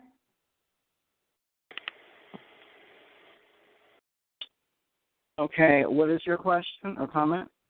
I just wanted to let you know that if you have a house full of people that you're trying to get to protect each other, there better be a contract, because if you get somebody who's posing as somebody good and they're really evil, you want to kick them out, they have their right as a tenant or a squatter.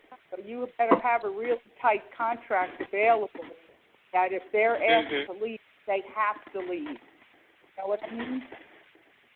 And I think the more protection, Roseanne, you give yourself on paper, everything on paper. Just protect. Because I had that piece of filth stay with me for 6 weeks, and he said he was a TI, Jeffrey Todd Weiss, and he wasn't. I don't know. He spent 3 years in Rikers, and he never told me, and he was just awful.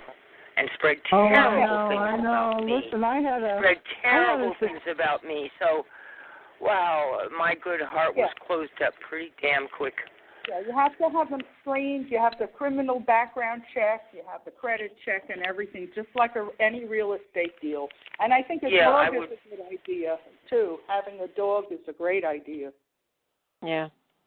Yeah, no, I had a supposed security person staying with me who broke a window in my home and threw my phone into the bushes and called the police on me. Oh, my God. Yeah, I know all about this. Fortunately, she was so crazy that the police sided with me immediately. And then there's another guy that I had here. I wish he was here, Len. The mad scientist. He used to get on the calls and speak for a few hours, and I miss him terribly. And you have to figure that a lot of them don't have any money. Right. So that's another issue that, But it is an idea. No, this is a very, very tricky subject. It's one we've been trying to figure out for a long, long time. It is how to protect ourselves in numbers. If you've had I still go back to the RV park concept or something like that, where you're not really living together, but you're all there. And, if there's trouble, you're not living with the person. And you can evict them from the park, but, there's a number of people there that know what's going on and can, support each other and watch each other. And, no one's going to come in. If you have a high percentage of real TIs, it's going to be hard for anything to happen in that park. Well, there's such a piece of security when you leave your house. That was one thing I did not, the peace and security when I left. And now I just, dread the fact that that piece of filth could come in, and they've already now wrecked the gaskets on my refrigerator. So, they just can't let my stuff alone. They just come in and ruin. They're real filth. So, but having people there is almost worth its weight in gold. You're right. Yeah, they destroyed everything in my home. I just evicted a few people, before they left. Everything in this house. Oh my God, I'm trying to fix it up now. They were actually good people, and I got a prompt from my property manager to evict them because she didn't like the way they were keeping house. But they caused. I'm in a rental. They caused the owner of this property thousands and thousands and thousands of dollars. Wow. It was, like every single thing in this house broke before they left. Wow. How do you do that? How do you do that without being intentional? Well, what they were doing, I believe, was, I'm not one who stays in my home. I'm out all the time. I have a life. And so, I don't think these people were evil. I think they were actually targeted. And all they had to do was open the door to the right person.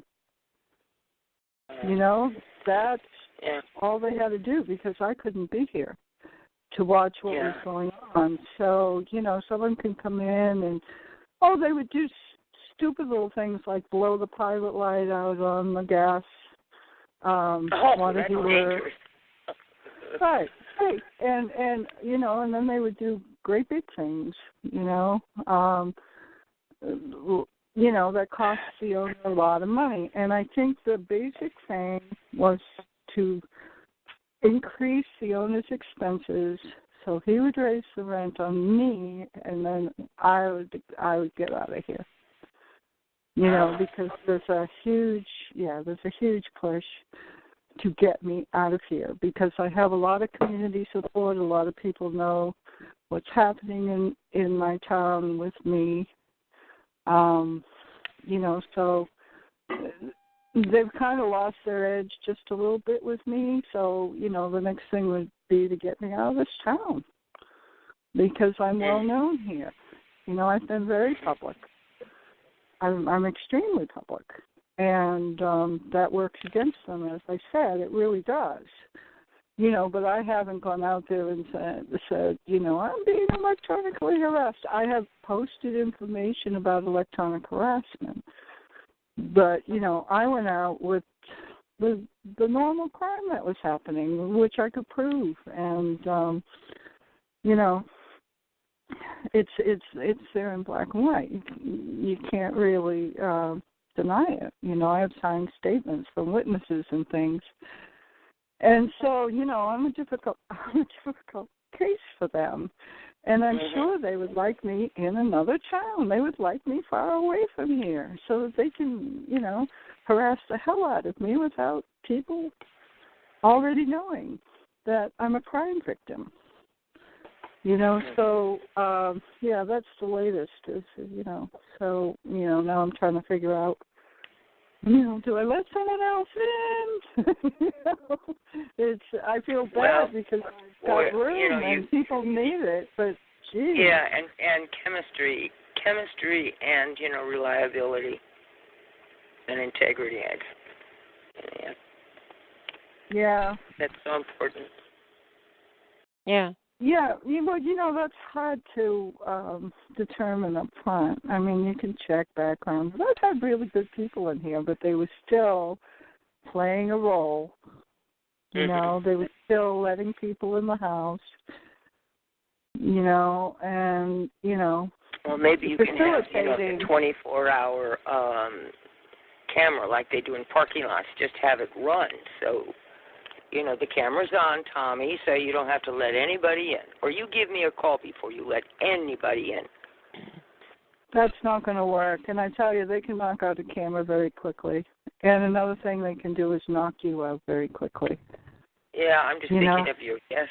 protecting the place. I have fallen asleep with a cup of coffee in my hand, in between sips. Now, you know, that's abnormal behavior. At 11 o'clock in the morning, you know, and I wake up because the cup fell to the floor. And, you know, I was totally unconscious, so, you know. Could be hitting your nervous system, yeah. Well, there's some kind of wave, I don't know what it is, delta waves or something, which just puts you to sleep. Yeah, theta. You know, it's well documented, you know, and, you know, so you really, you know, once it gets dark, lock everything up, make sure it's all locked from the inside. You know, the doors in my home where I couldn't, you know, put some kind of analog lock, like hook and eye. Okay. I developed this procedure, way of locking all the doors in my house by screwing in two of the eyes, the little loops that you get at the hardware store. Yeah. Put one on the door and one on the door frame, and then put a piece of wire through them and tie You it. have to be careful. You can't, you know, block yourself from escaping from a fire. Well, you can get out of that very easily. You know, you could just use heavy rope. And just, you don't need a big, you know, you don't need to knot it, you know, just a couple of knots. You know, that door cannot be opened from the outside. Well, I put shims. I have 4 shims in my door. It's spread out. And so for me to open the door, because I think I open it for them, and I put a screwdriver on the in-between so they can't put a credit card in the flip latch, which they can do. They put a credit card in, open that bar. So I put the screwdriver and 4 shims. Really attractive when I go to bed. You know. And I tell you, I have not slept in pajamas since I've been targeted. I sleep fully clothed, and I have pepper spray. So, you know, I'm looking at this as reality. We're in a war. We're being attacked. We're in a war. You know, and you got to, I like to say, soldier up. You know, you can't pretend life is just the way it used to be, because it just isn't. And so we're being attacked. We're in a war, and you know, I wouldn't sleep in pajamas in a bed. I wouldn't do that right now. I don't do that. You know, I sleep fully clothed. I have pepper spray. I'm aware of my surroundings. I've got a screwdriver jammed into the garage door, so you can't possibly open it. I've got wood in all my windows, so you can't slide them open. But you know, even if someone gets in, I'm kind of ready. You know, Don't mess with this lady. But the biggest way in which I'm ready is that so many people in my community know what I'm going through. That's the biggest way in which I'm ready, which is why they really want me out of town. Just, you know, the push is unbelievable to get me out of here, you know, because too many people know. Yeah. Which is, you know, it is protection, and you can do the same thing. Don't mention electronic harassment or multiple stalkers, you know, and don't get into anything far-fetched. You know, just say, gee, I've had vandalism to my home, my car, my property. I've had stupid things stolen. You know, my computer's been hacked. You know, just mention the things that people will accept, and you know, mention them to a lot of people in your community. You know, and if you have proof, you do. And and then I had the police over initially, but you know, no evidence. I mean, you know, so I haven't had them back. I don't call them. If I were to really be hurt or something really valuable stolen, I'd call them in 10 seconds. But yeah, only and for that. you have to really get smart about collecting evidence. Like a lot I of my do, evidence. but there's no command. There's no chain of command with evidence.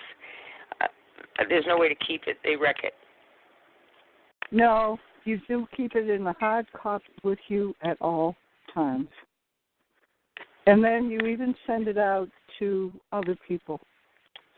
You make copies and you send it to anybody you think is off the radar, people in your past you haven't talked to for a while. Just say, hey, I'm having a little bit of trouble. Just keep this in your home, would you? Send it off. Well, I have, pardon me, I'm taking it by a solid. I have weird evidence I don't want to carry around with me, like dead bugs and eggshells and, stuff like that. But okay, no proof who did it, so... there's a lot of, here's an example of evidence, and a lot of times we're too upset to think about these things. But I was when I had a car, before I decided I couldn't have one because they were just going to keep destroying it, I was driving to get a smog test in California. And obviously, they didn't want me to do that because they didn't have time to tamper with the car so I would fail. So they actually shot out my tire while I was on the road to get there. And they must have done it with, I don't know how they did it, but I got a flat and I called AAA and I got towed to a tire place. And these were nice guys. And they took the tire off, and they came out, and the guy was looking at me really strangely, and he said, what happened to your tire, man? And I said, well, gee, I don't know. I was driving on the road, and it just went flat. And he says, well, you should take this tire to the police right away. He says, you have 3 holes in your sidewall. That's impossible to get on the road. Unless you drove into something which had sharp protruding objects, nobody has holes in their sidewall from driving. That's just about impossible. And I said, really? I said, how interesting. I said, listen, would you mind signing a statement about that? And they said, sure.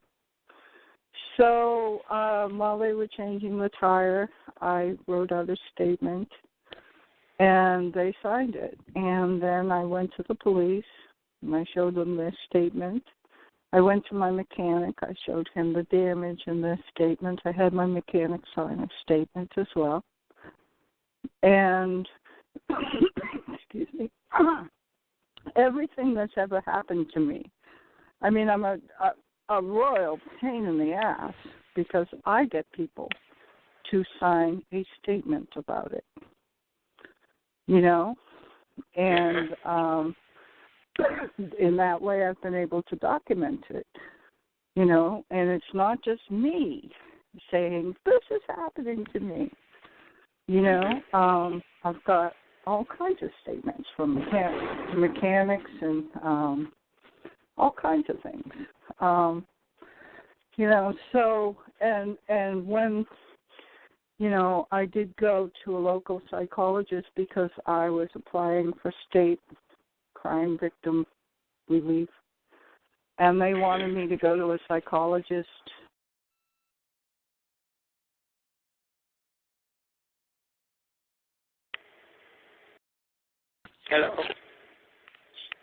Hello? She got disconnected. She'll be calling back probably in a few. Oh, wow.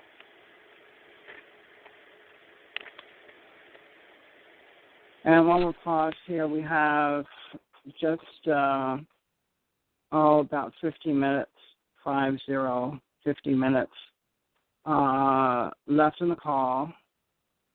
And if anyone has a call-in number they'd like to offer after this call automatically closes in about 50 minutes, feel free to come forward at this time.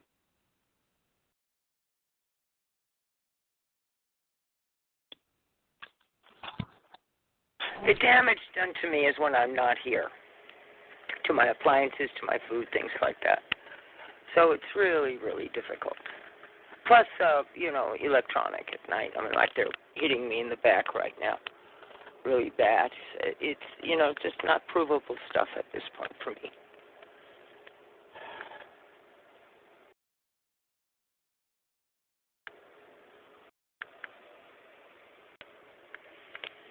Okay. If you had Cassandra, are you still on the line?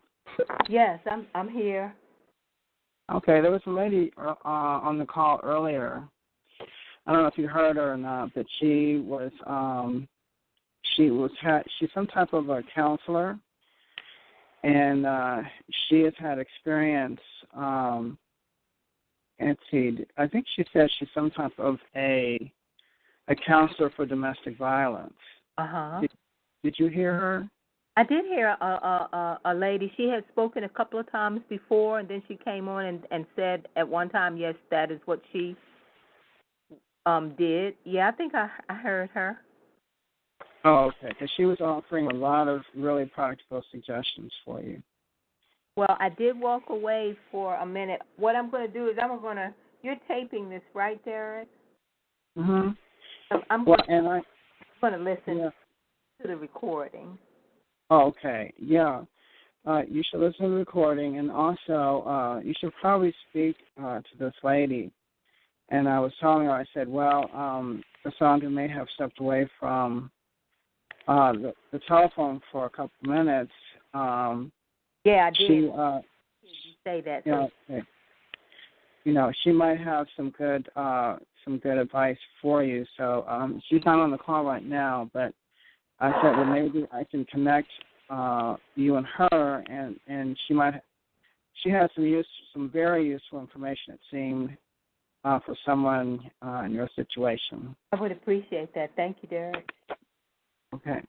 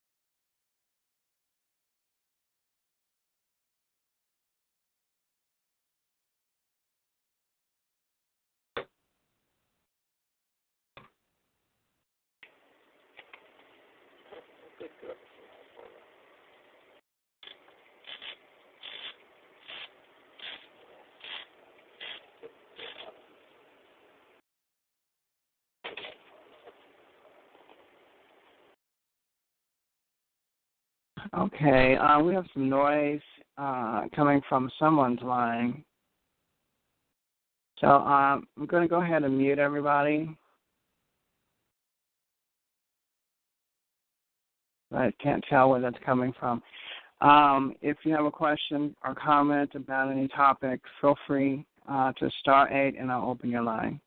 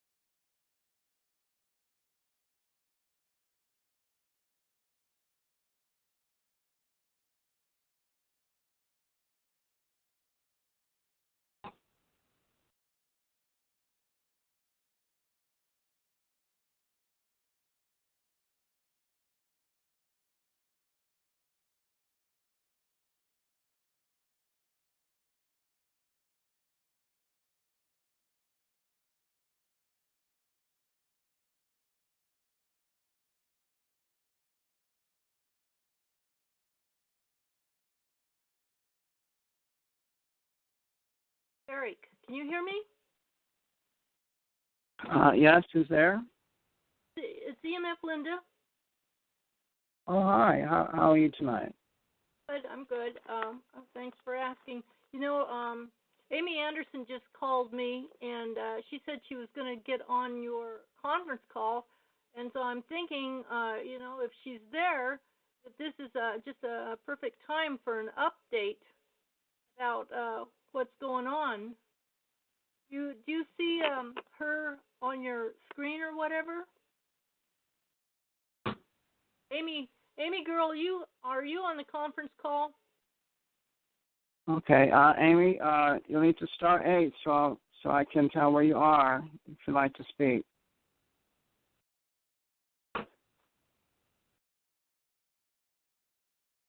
Okay, I see a couple of people here in California, but they haven't star 8'd.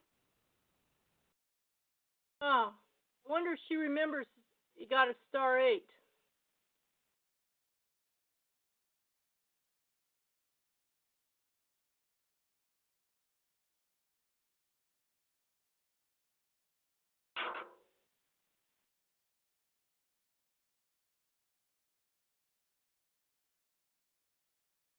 Is that Northern California, Derrick?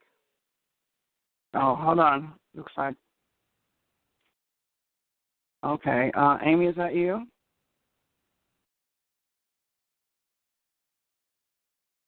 Amy, you there? Yes, I'm here. There you go. I just wanted to give everybody an up-to-date I'm basically going to get my official to go with me to my doctor when I make the appointment, and he's going to be in conference with people like Derrick and others, and with my doctor, and we're going to talk about a plan to action to dismantle the lies being told on targeted individuals, to state that we have some mental issues going on when we are targeted, to cover up these types of crimes. So I thought that was a blessing in disguise and a miracle for me and others to work together to pave the way for ourselves. Because if we don't do it at the local level, then we know it won't be done at the highest level, because that's what the problem is. So the right thing is to take this problem to the streets of America and let the American people know that these things are really happening to us, and for us to put out books, for us to do as much as possible, go and do marches, campaigns, lectures, conferences, anything we think we have to do, we can do to get the word out, it will be to our best advantage. We can't sit back and complain about the things that we are going through.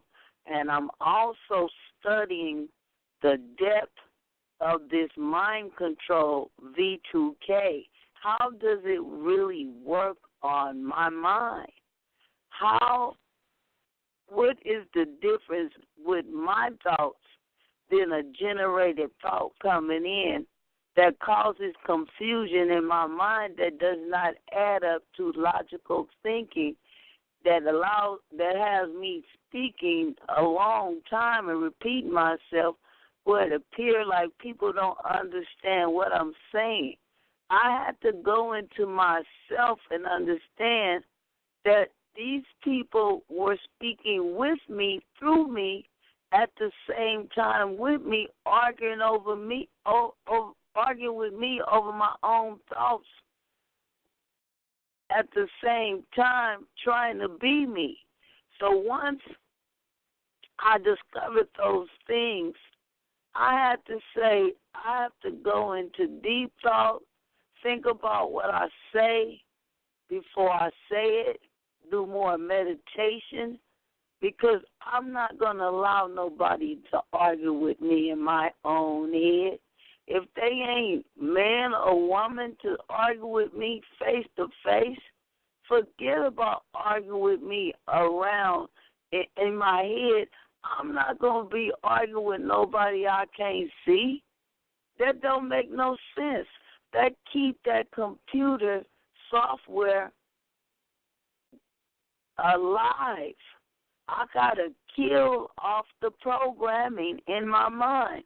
And to do that, I have to go back to the part of happiness, the part of my mind before I end up being abducted.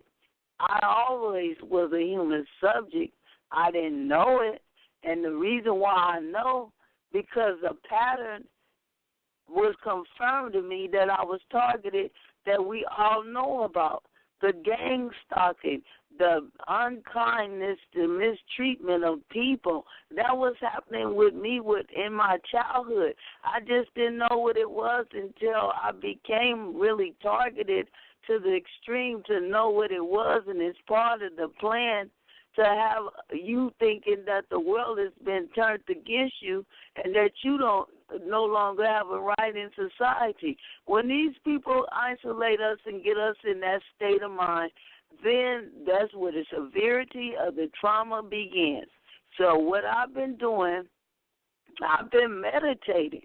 I've been thinking a lot carefully about who I am, not this generated thought that's coming to me that will mix the thought up of who I am to make me go into some argument, or I get on the road and all these different people programmed to seem like they are working against me, I use my common sense to know if these people can program my mind to manipulate me and cause me this great bodily and physical and psychological harm, they can do the same to others. Now, the thing what I have studied, that they using it lesser on them to use them as an indirect target to target us.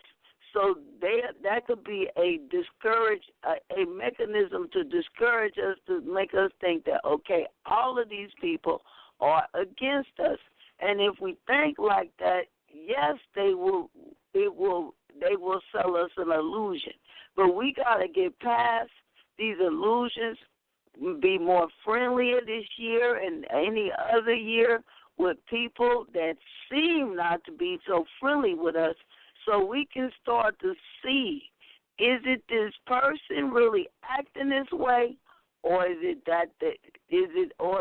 them just having a bad day, or is it really the computer trying to use that person's mind to make us think, okay, we better not deal with that person no more because that person is not going to help us.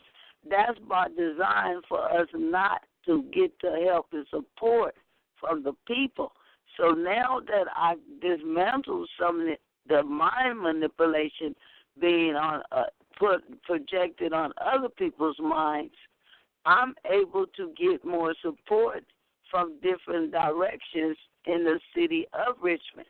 I might not have it at full like I want in the police department, but eventually I will, because I'm continuing to chisel away the different techniques or tools they have in place to keep the people as a blocking mechanism to discourage, as a form of discouragement, so that they're hoping that I wouldn't continue my journey. So what I'm doing is ignoring the no's and keep finding the yeses, the people that will work in my favor, and just keep on, doing what I'm doing until we get to the level, at each and every level we are all on, striving, versus plus the ones over in other countries. So eventually this will break, and the hard-working people that's targeted in groups, know about this. We will one day have our victory that we are striving to have. Thank you for allowing me to share.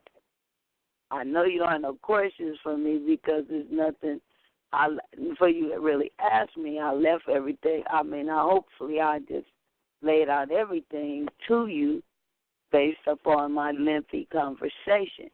Thank you again. God bless the American people. I don't celebrate Independence Day because why celebrate something where it doesn't apply to you and you are not free? However, the intention of that was for people to be free. So I'm not living a lie. It is not independence for me. I am striving for my freedom, justice, and equality as a Muslim following the Honorable Minister Louis Farrakhan. Thank you.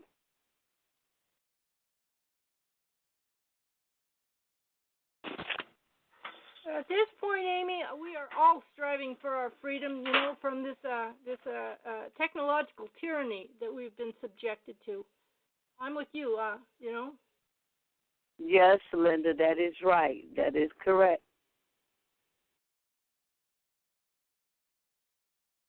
Well, thank you for sharing, Amy.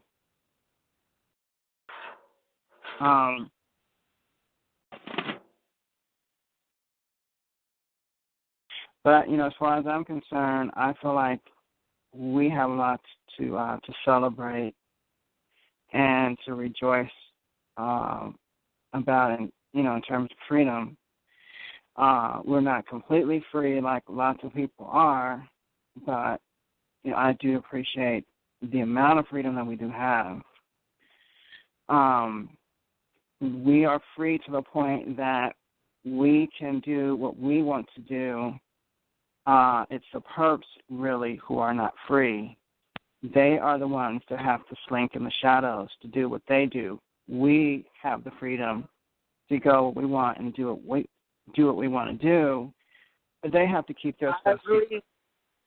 I agree They are the with ones you. that have to slink in the shadows and do what they do in secret, and they have to remain secret because what they are doing is illegal. And if they were to do what they are doing in the open, they would be caught, arrested, and prosecuted. So we are more free than they are.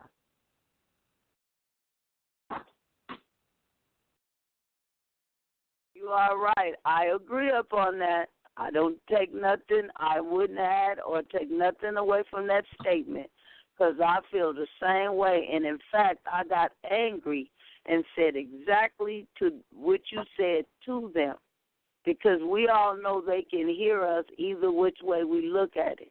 And I have been telling people that you watching the TV and these people are looking at you on the other side of the TV through these smartphones. So I have been talking to the people throughout the communities and letting them know that this is a serious matter. And, in fact, I'm working with some brothers in the Nation of Islam, letting them know that it's done through the music. They are decoding the mind control through the music, sending out subliminal sound waves of TV and radio waves through these innovative technologies, having people hearing acoustic sound waves that they would not normally hear. They are creating a harmony of a effect that is hearing effect that is entrainment to the brain, messing with the natural radio in the head. So when I talk to the people like that, they relate to it. And this is what we want the people to know. There is such thing as a natural radio in the head of a human. Now, what is happening to that? These people are tampering with it and saying that the people tampering with the head, the radio in the head, and messing with the sensors in the body, causing the body to act awkward, strange, and work totally incomplete and opposition. And I tell the people that it works in complete opposition to, contrary to what a natural function of a human function, So when I share these things with people, they start to open up to relate. And some of these people start to wonder, are they targeted?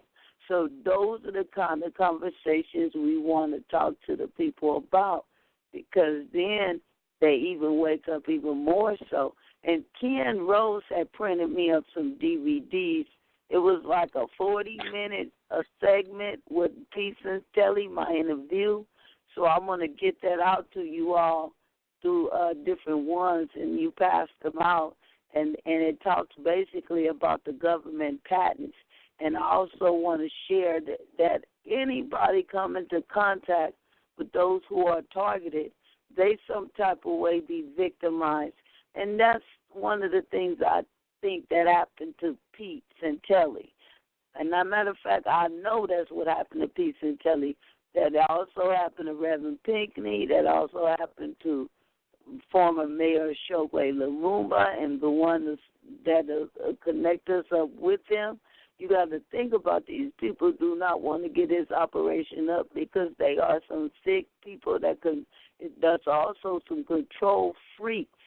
When you get somebody that wants to control the minds and the body of people and treat them like a doll, a mannequin, and feel like that's their job and duty to do to people like that, we need to hang these people out to dry.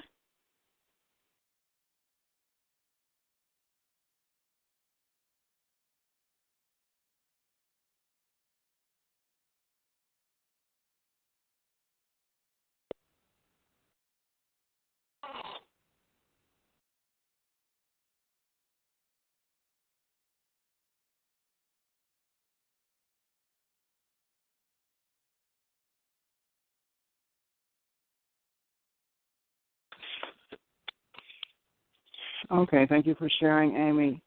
We now have about 25 minutes left in the program this evening.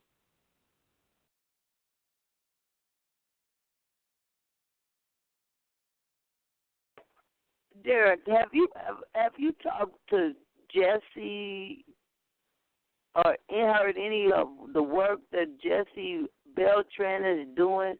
Because he kind of dropped off the map. I know he's doing his own thing, but I haven't heard of him. I haven't heard from him and others. Do you know what these other activism people at, like, who is it, Eleanor White, and what's her name? What's that other lady's name from the Bay Area did that DVD? It was the other one besides Eleanor White. What's her name? Did a DVD about She's from what? Davis. Oh, you're talking about Cheryl. Well, Cheryl, all three of them are still around, and I've heard from them. Yeah, Cheryl Wells. Yes. Cheryl Wells. Yeah. So she's.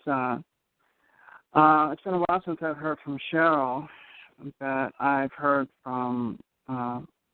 Eleanor is still on the forums, and so I hear from her from time to time, and Jesse once in a while, once in a blue moon, I'll hear from him, and Cheryl, it's been quite a while since I've heard from her, but she's around. She's doing her own thing. She basically has taken up the role of a researcher, and I would like to hook up with these people. See if you can connect them up with us. Okay, well, Ellen White is, she's still involved with the forums, and that's basically, if you join MC Activism, you would hear from her every day, just about. So she's still doing what she's been doing for the past 3 years. As far as Jesse, he's very active on Facebook. And I see his posts from time to time. And I want to hook up with Cheryl Wash. Oh, Cheryl. Well, Cheryl is still around, and actually, someone has contacted. I need to get a contact. Okay, that's what I need for you to get to me, so I could talk to her about our plans. Well, Cheryl is, she's pretty much withdrawn from activism at this time. And so, she does refer people to our organization that are looking for assistance. But as far as her, participating in activities, she has really never participated in anything. She's into research, ain't she? She what? She's not into sharing research? Sharing research. Yes, once it's completed. If she has an article that she's written, she will, inform us that she has something published. Okay, well, we want to share research with her, too. Mm-hmm. She might be signed up for the newsletter. As far as I know, she is, unless she may have gotten dropped off. And but as far as I know, she is signed up. Yeah, because see, she did a lot of work with getting on the TV, but then she needs to do something with the other people that came across their targeted and doing up to date of a new series of a new version of what she know versus the growing pace of the targeted individuals that's coming out and speaking out. And then she went from one end from Sacramento to San Francisco, but then she needs to know that we are all over California. And I know she knows it, but she needs to put something together. And even if she don't, we need to. I want to do something in the Bay Area that will raise the awareness that we exist. So I really want to see about putting a plan of action in that area. Okay, well, I would say get with Layla and some of the other ladies there in that group. I guess if you're not on the internet, you may not see the emails, but she has, kind of developed a group. What you could do is, get with Layla and organize a meeting. Now, that would be something that you guys could really, you guys haven't met in a while, so you're probably about due for a meeting. Yes, we did. We went up to that. It was you, Amy, that met there. And a few of you met not too long ago at the FBI office. But your list has grown considerably, that list of targeted individuals. You may not see that it has grown, but it has. And if you were to get with Layla and decide on a time and place. Oh, I did see it. I've seen all the emails. I just want to get with them so we can actually do something else, because we got to keep going around the cities and stuff and raising awareness and getting these meetings going. Oh, yeah. That meeting that you guys had a while ago was quite successful. So that should tell you that you guys need to do that more often, and preferably a city where you have a number of targeted individuals, where you have a presence there. I definitely want to go to Santa Clara, where they passed that ordinance. I definitely want to go there and sit down and have meetings with those people. Okay, well, San Jose has, maybe a couple dozen TIs there. So you may want to get some TIs together there, and maybe their council would listen to them. And if that is successful, that would be tremendous. We need to have more cities. And that will tell you, by with this meeting in Petaluma, that there are officials that will listen. Of course, you already know that. And they will respond, and they will help TIs. So you just got to talk to the right one. Right. So, and that's a matter of, if one doesn't listen. So they got to find a way to come across them from the beginning in a creative way without having a bad experience, kind of like we kind of did with Nathan and overwhelmed them, and then we didn't get to the level we wanted to, but we still can go back to those people.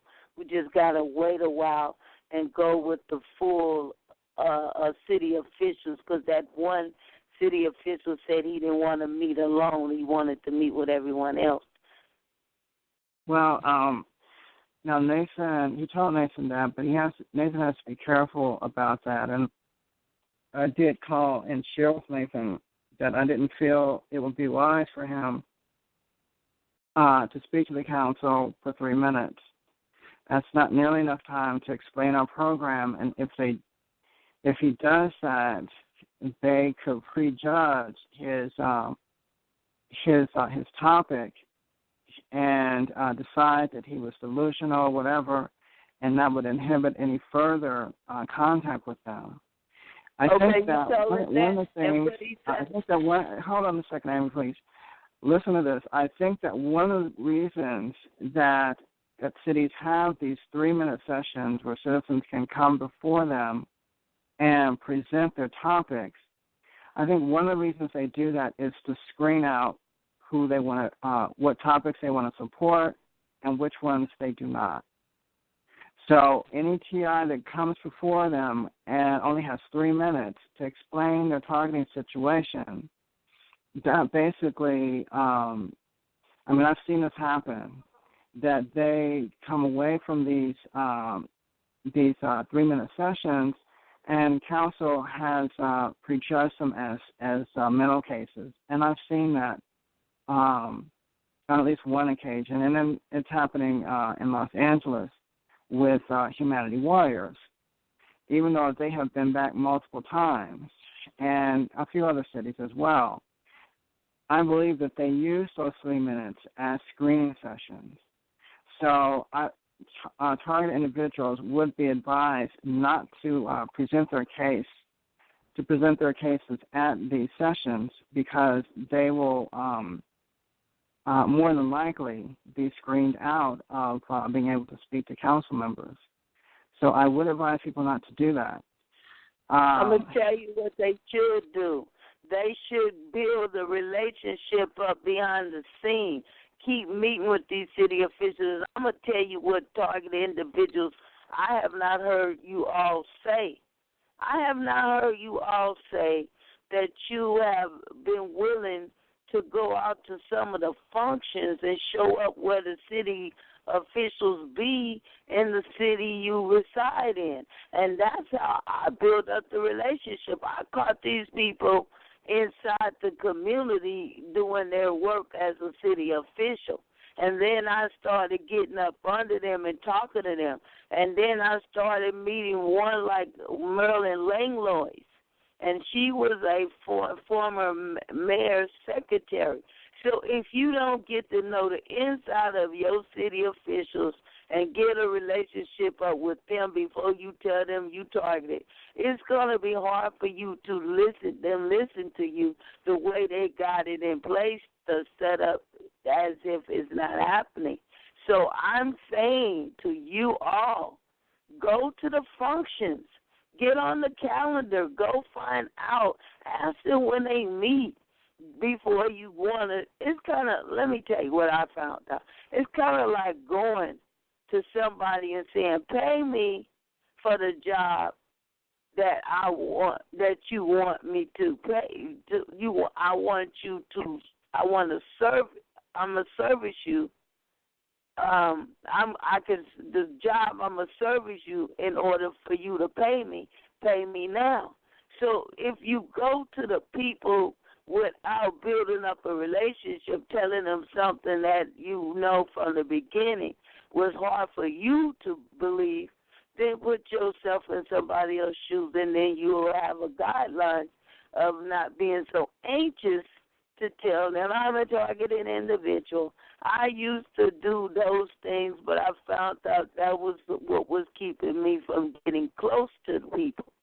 So you go to the functions, hang out with the city officials, let them see your face. Then you tell them, say, look, I need to meet with you, but I need to meet with you with the whole council. So I need to share some information with you first.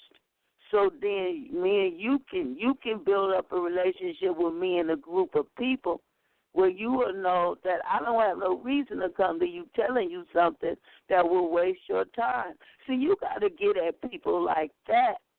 And if you don't know how to get at them like that, then it's hard for you to get to the level you want to get at them with about this type of compelling information. So again, a good go point. to the function. Okay, that is a good point. It does take a while to build up a rapport with these officials, and it'll take you 2 months, Derek, if you find out the function. Like if they got a function this month, 2, 3 functions in that 1 month, start talking to them then. Then find out what you and them people have in common. Then you do that for 6 months or 3 months. You get the relationship that you will want. It took me a long time because I didn't know that. So when I went out and went to functions with these people, I got a real strong relationship with them. Okay, well, that's an excellent plan, Amy. because and that's something that we as a community need to learn to do, and that is to build up a rapport, a relationship with these officials, and that's a good way to do it. So thanks for sharing that. And that's an excellent idea. You do have to meet with them one-on-one, and I would urge you guys not to try to go to these council meetings when you try to speak about your issues for 3 minutes. That inevitably, that has never worked. And it would only prejudge the representatives before you would get a chance to speak with them personally one-on-one. So I would advise the private route first, to speak with them in their office. As Amy said, mingle with them in the community, go to their events, speak with them one-on-one. So that's a good way to do. Derek, they also should go to the city meetings, go to the city council meetings, but then talk about relative things that the other people know about, but then you could talk about something that is not right in society. And an example of just people deserve to be treated right, equal. We need to be in a safe environment and community. We thank you, city officials, for wanting the city to be to be a safe place for us, and wanting to take these offices. Start going like that first. Start building it up, because see, I would go talk about things that they would talk about was relative, just dealing with the city. You know how we were before we would be targeted. Go start talking on them levels of related things that they know, relative things that they can relate to, and versus always want to talk about this first. So then once you talk to them, once you get the meeting, they already go remember hearing you and seeing you talk about something concrete that they say, oh yeah, that lady, I remember her. Or the man, they would come in, they would say something pleasant, and so go in there and say something encouraging about different topics. Then when you have the meeting, they'll say, oh, I remember seeing your face, because there's something about the human mind. If you don't know the name and you see the face more, you begin to seem like you know the person just from their face, although you don't know the name. So that is another form of relaxing the person, so they can receive you better. Versus they never seen you before, you coming to them and telling them about something, and you never went to the city officials or city meetings, and they never saw you. And that's another weakness, I think, is in how they plan on us. If you're a person that never went to the city councils and you go tell them you harmed, and they never saw you hardly in your city, that kind of make you look funny too. So I do encourage you just to go to your city meetings without telling them you targeted for a minute too. Thank you. Okay, well that is a good plan, Amy. Excuse me. And so all the things that Amy has been doing to build up a rapport with her city officials. So I hope you guys are making notes. These are all great suggestions, Amy, and I would advise everyone to listen to what she's saying here. And these are ways that you can build up a rapport with your representative. So good suggestions. Thanks, Amy. Okay. Derek, I have a question, please. Yes, hi. Go ahead, Cassandra. Yes, I'd just like to ask, a while ago you all were talking about Eleanor White and how hard she is to get a hold of, and you were saying if you joined some kind of activism or something, you could hear from her every day. Is that what I heard you say? Uh-huh. Where do I go to get on her list? There's a okay, you have to. Do you have a Yahoo account? Yahoo. No, but I can always create one. Okay, well, she's a member of a Yahoo group called MC Activism. Are you saying M is in Mary, C is in cat? Right, MC Activism. Okay. If you were to look that up in Yahoo groups and send a request to join that particular Yahoo group, it's moderated by Alan Barker. He's the owner of the group. And once you join that, she posts pretty much every day. So you'll get to hear from her, on a daily basis. But I have to have a Yahoo account. Yeah, just sign up for a Yahoo account, and you can join this Yahoo group. Thank you. Excuse me, Derrick? Mm-hmm. It's EMF Linda. If I could have 2 minutes, I think there's something that you and everybody, Amy, should know about another plan on the national level that's already been spoken about. It's in the works, and that is, did you happen to hear Joe Esposito on Shelley's call, the Saturday night call, by any chance? No, I did not. I'm hearing some things about him tonight. What is his background? Well, that's not the point. He's also called the Meter Man. He's a wonderful person. Lives in Oklahoma. Had become electrosensitive. Has now found purchased a suit that is protects him from about 50 decibels of radiation, of wireless radiation.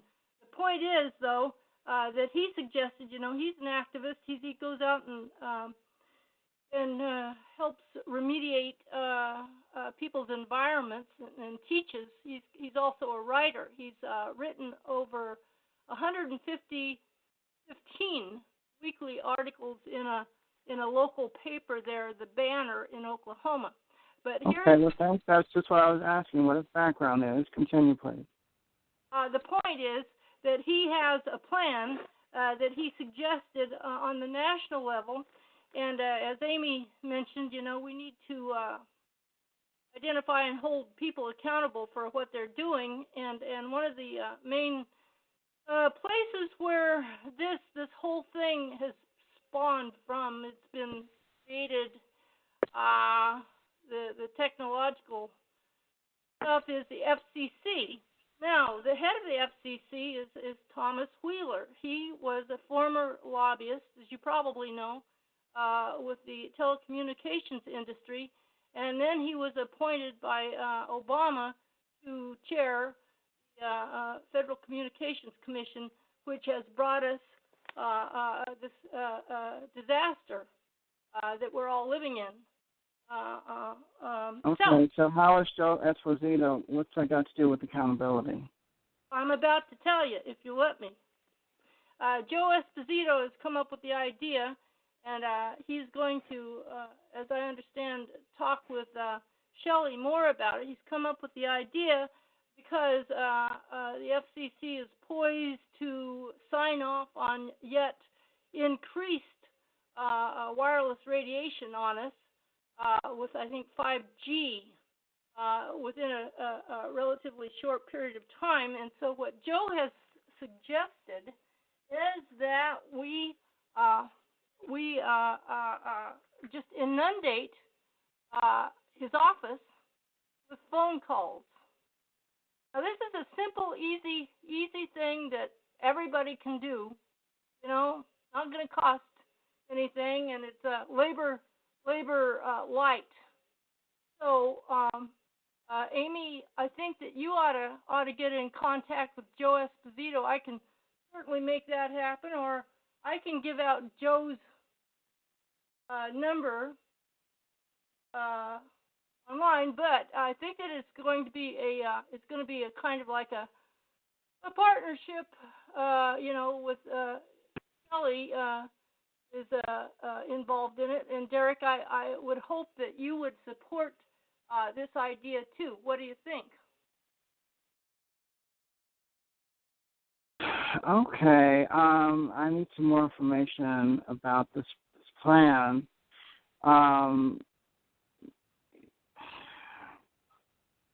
Well, so Okay, do I. like when is this supposed to happen? Is this a regulation, or is this something that's going to happen through Congress? I need some more information about what this is about. Right. Granted, but I need more information too. But Joe Esposito has it. I don't know if Shelley has it by now or not. But if you moderators can all get together, and then the community leaders,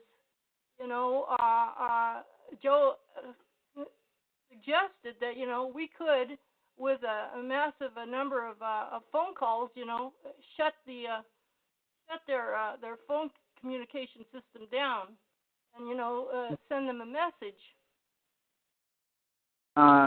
Yeah, our group couldn't do that, but maybe in conjunction with a few other groups, if there was something like that needs to happen.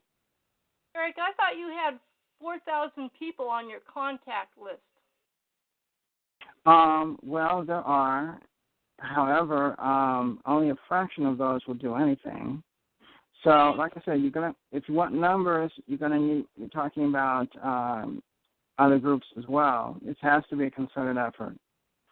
Well, no problem. My other foot, Derek, I'm here kind of bridging the thing between the TIs, and then there's a whole another global movement that frankly, I think you're kind of unaware of, and that's the rest of us that are suffering also from electro hypersensitivity. Right. Well, that's what I mean. This would have to be a joint effort with perhaps the EMF community. Our efforts joining with the EMF community, which is much, much larger than our group. Right. That is right. I'm glad you recognize that, but there's no problem because we have a common goal. Is regain our freedom from electronic harassment and surveillance and the torture, etc. Okay, we probably have about a couple of minutes left in the program, but maybe you can bring this up either privately or next Monday. Okay, Amy girl, you still there? Amy? Yes, Linda. Well, let me, we could do a three-way call, but let me give you Joe Esposito's number. He's just a hella nice guy, and if you, I think you ought to hook up with Joe, okay? Okay, give it to me off the phone so I can call him with you on the phone together. Okay, well then we can do that tomorrow. Yeah, okay. Right. But he's public. He gives out his number, and he helps people. Okay, well that's no problem. Just call me tomorrow. Yeah, and Derek, how are you for hooking up with people? You you do that kind of thing? What do you mean? That's all I do. Well, here's an idea. Here, he is just a wonderful guy. He's a good speaker. Everybody likes him. He's tireless. How's about having him as a guest on your program? It doesn't have to. It can take up as long as you want. An hour, whatever. Okay. Well, I mean, it sounds interesting, but I still need to a more of an understanding of what who he is, what he does, what group he represents, and things like that. Because right now I am unfamiliar with them. Huh. Well, I guess then you don't listen to some of the other moderator shows, huh? Not a lot, but I guess the question I have is he in the EMF community or is he in the TI community? Well, he is. He started out in the EMF, but he's learning quickly about the TIs. He's absolutely open, interested and curious, and I've already, he's already got his toes wet about TIs. I read him some of the documents that. Oh, I see. Okay. He's Well, why don't you call me tomorrow and we can talk about this. Yeah, okay. He like I said, there's with him as a guest. Shell had 120 people on her Saturday night approximately. How are you doing tonight, Derrick? I haven't checked recently, but the important thing is the material that he has to offer, how relevant it is to our community, and that's the barometer that I have in terms of bringing a guest on to the program. So if you want to talk to me about that tomorrow, I can make a decision. Okay, he calls himself. He's got a website called the Meter Man. He is all about measurement and shielding and trying to make life easier. He has pretty much kind of achieved that through various means on his 2.5 acres in outside of Tulsa, Oklahoma. However, there are so many cell towers and stuff around that he's no longer able to run the steers, and the bees died too. Okay, well, I really don't want people to be bored, but I just, it has to be something relevant. Well, do you think that's irrelevant? The delivery system for torture? No, I don't think that's relevant. I don't think that's irrelevant. Like I said, I just need to know more about what he has to say and what he has to offer the community. That's all. Well, you can talk about that tomorrow. Okay, or here's this. All you have to do is look on, Google themeterman.com. Go there and you'll see what he has to say and what he does. Okay, I've listened to calls that were not particularly relevant, and it just bored people. So even though it has some relevance, just hearing basically what he has to offer. If it's not basic, if it's not really germane to our issues, it could very easily bore people, and they won't ask questions. I've seen that happen. So that's all I'm asking. What it's about. If 120 people stayed on the call for 3 hours, apparently on Shelley's call, they didn't find him boring. Okay, Linda, can we just talk about this tomorrow? That's all I'm asking you. Whatever you want, Derrick. But I'm he's, you invited me to be a guest on and talk about shielding. This guy knows more than I do, a lot more. And he's a better speaker. Well, shielding for the EMF people is a little bit different than shielding for our issues because, whatever our shielding modality is, the perps usually find a way around it. So we have to keep piling on more layers or finding ever more creative ways to shield. So that's a difficult topic for us, and it has to be something extreme in some cases.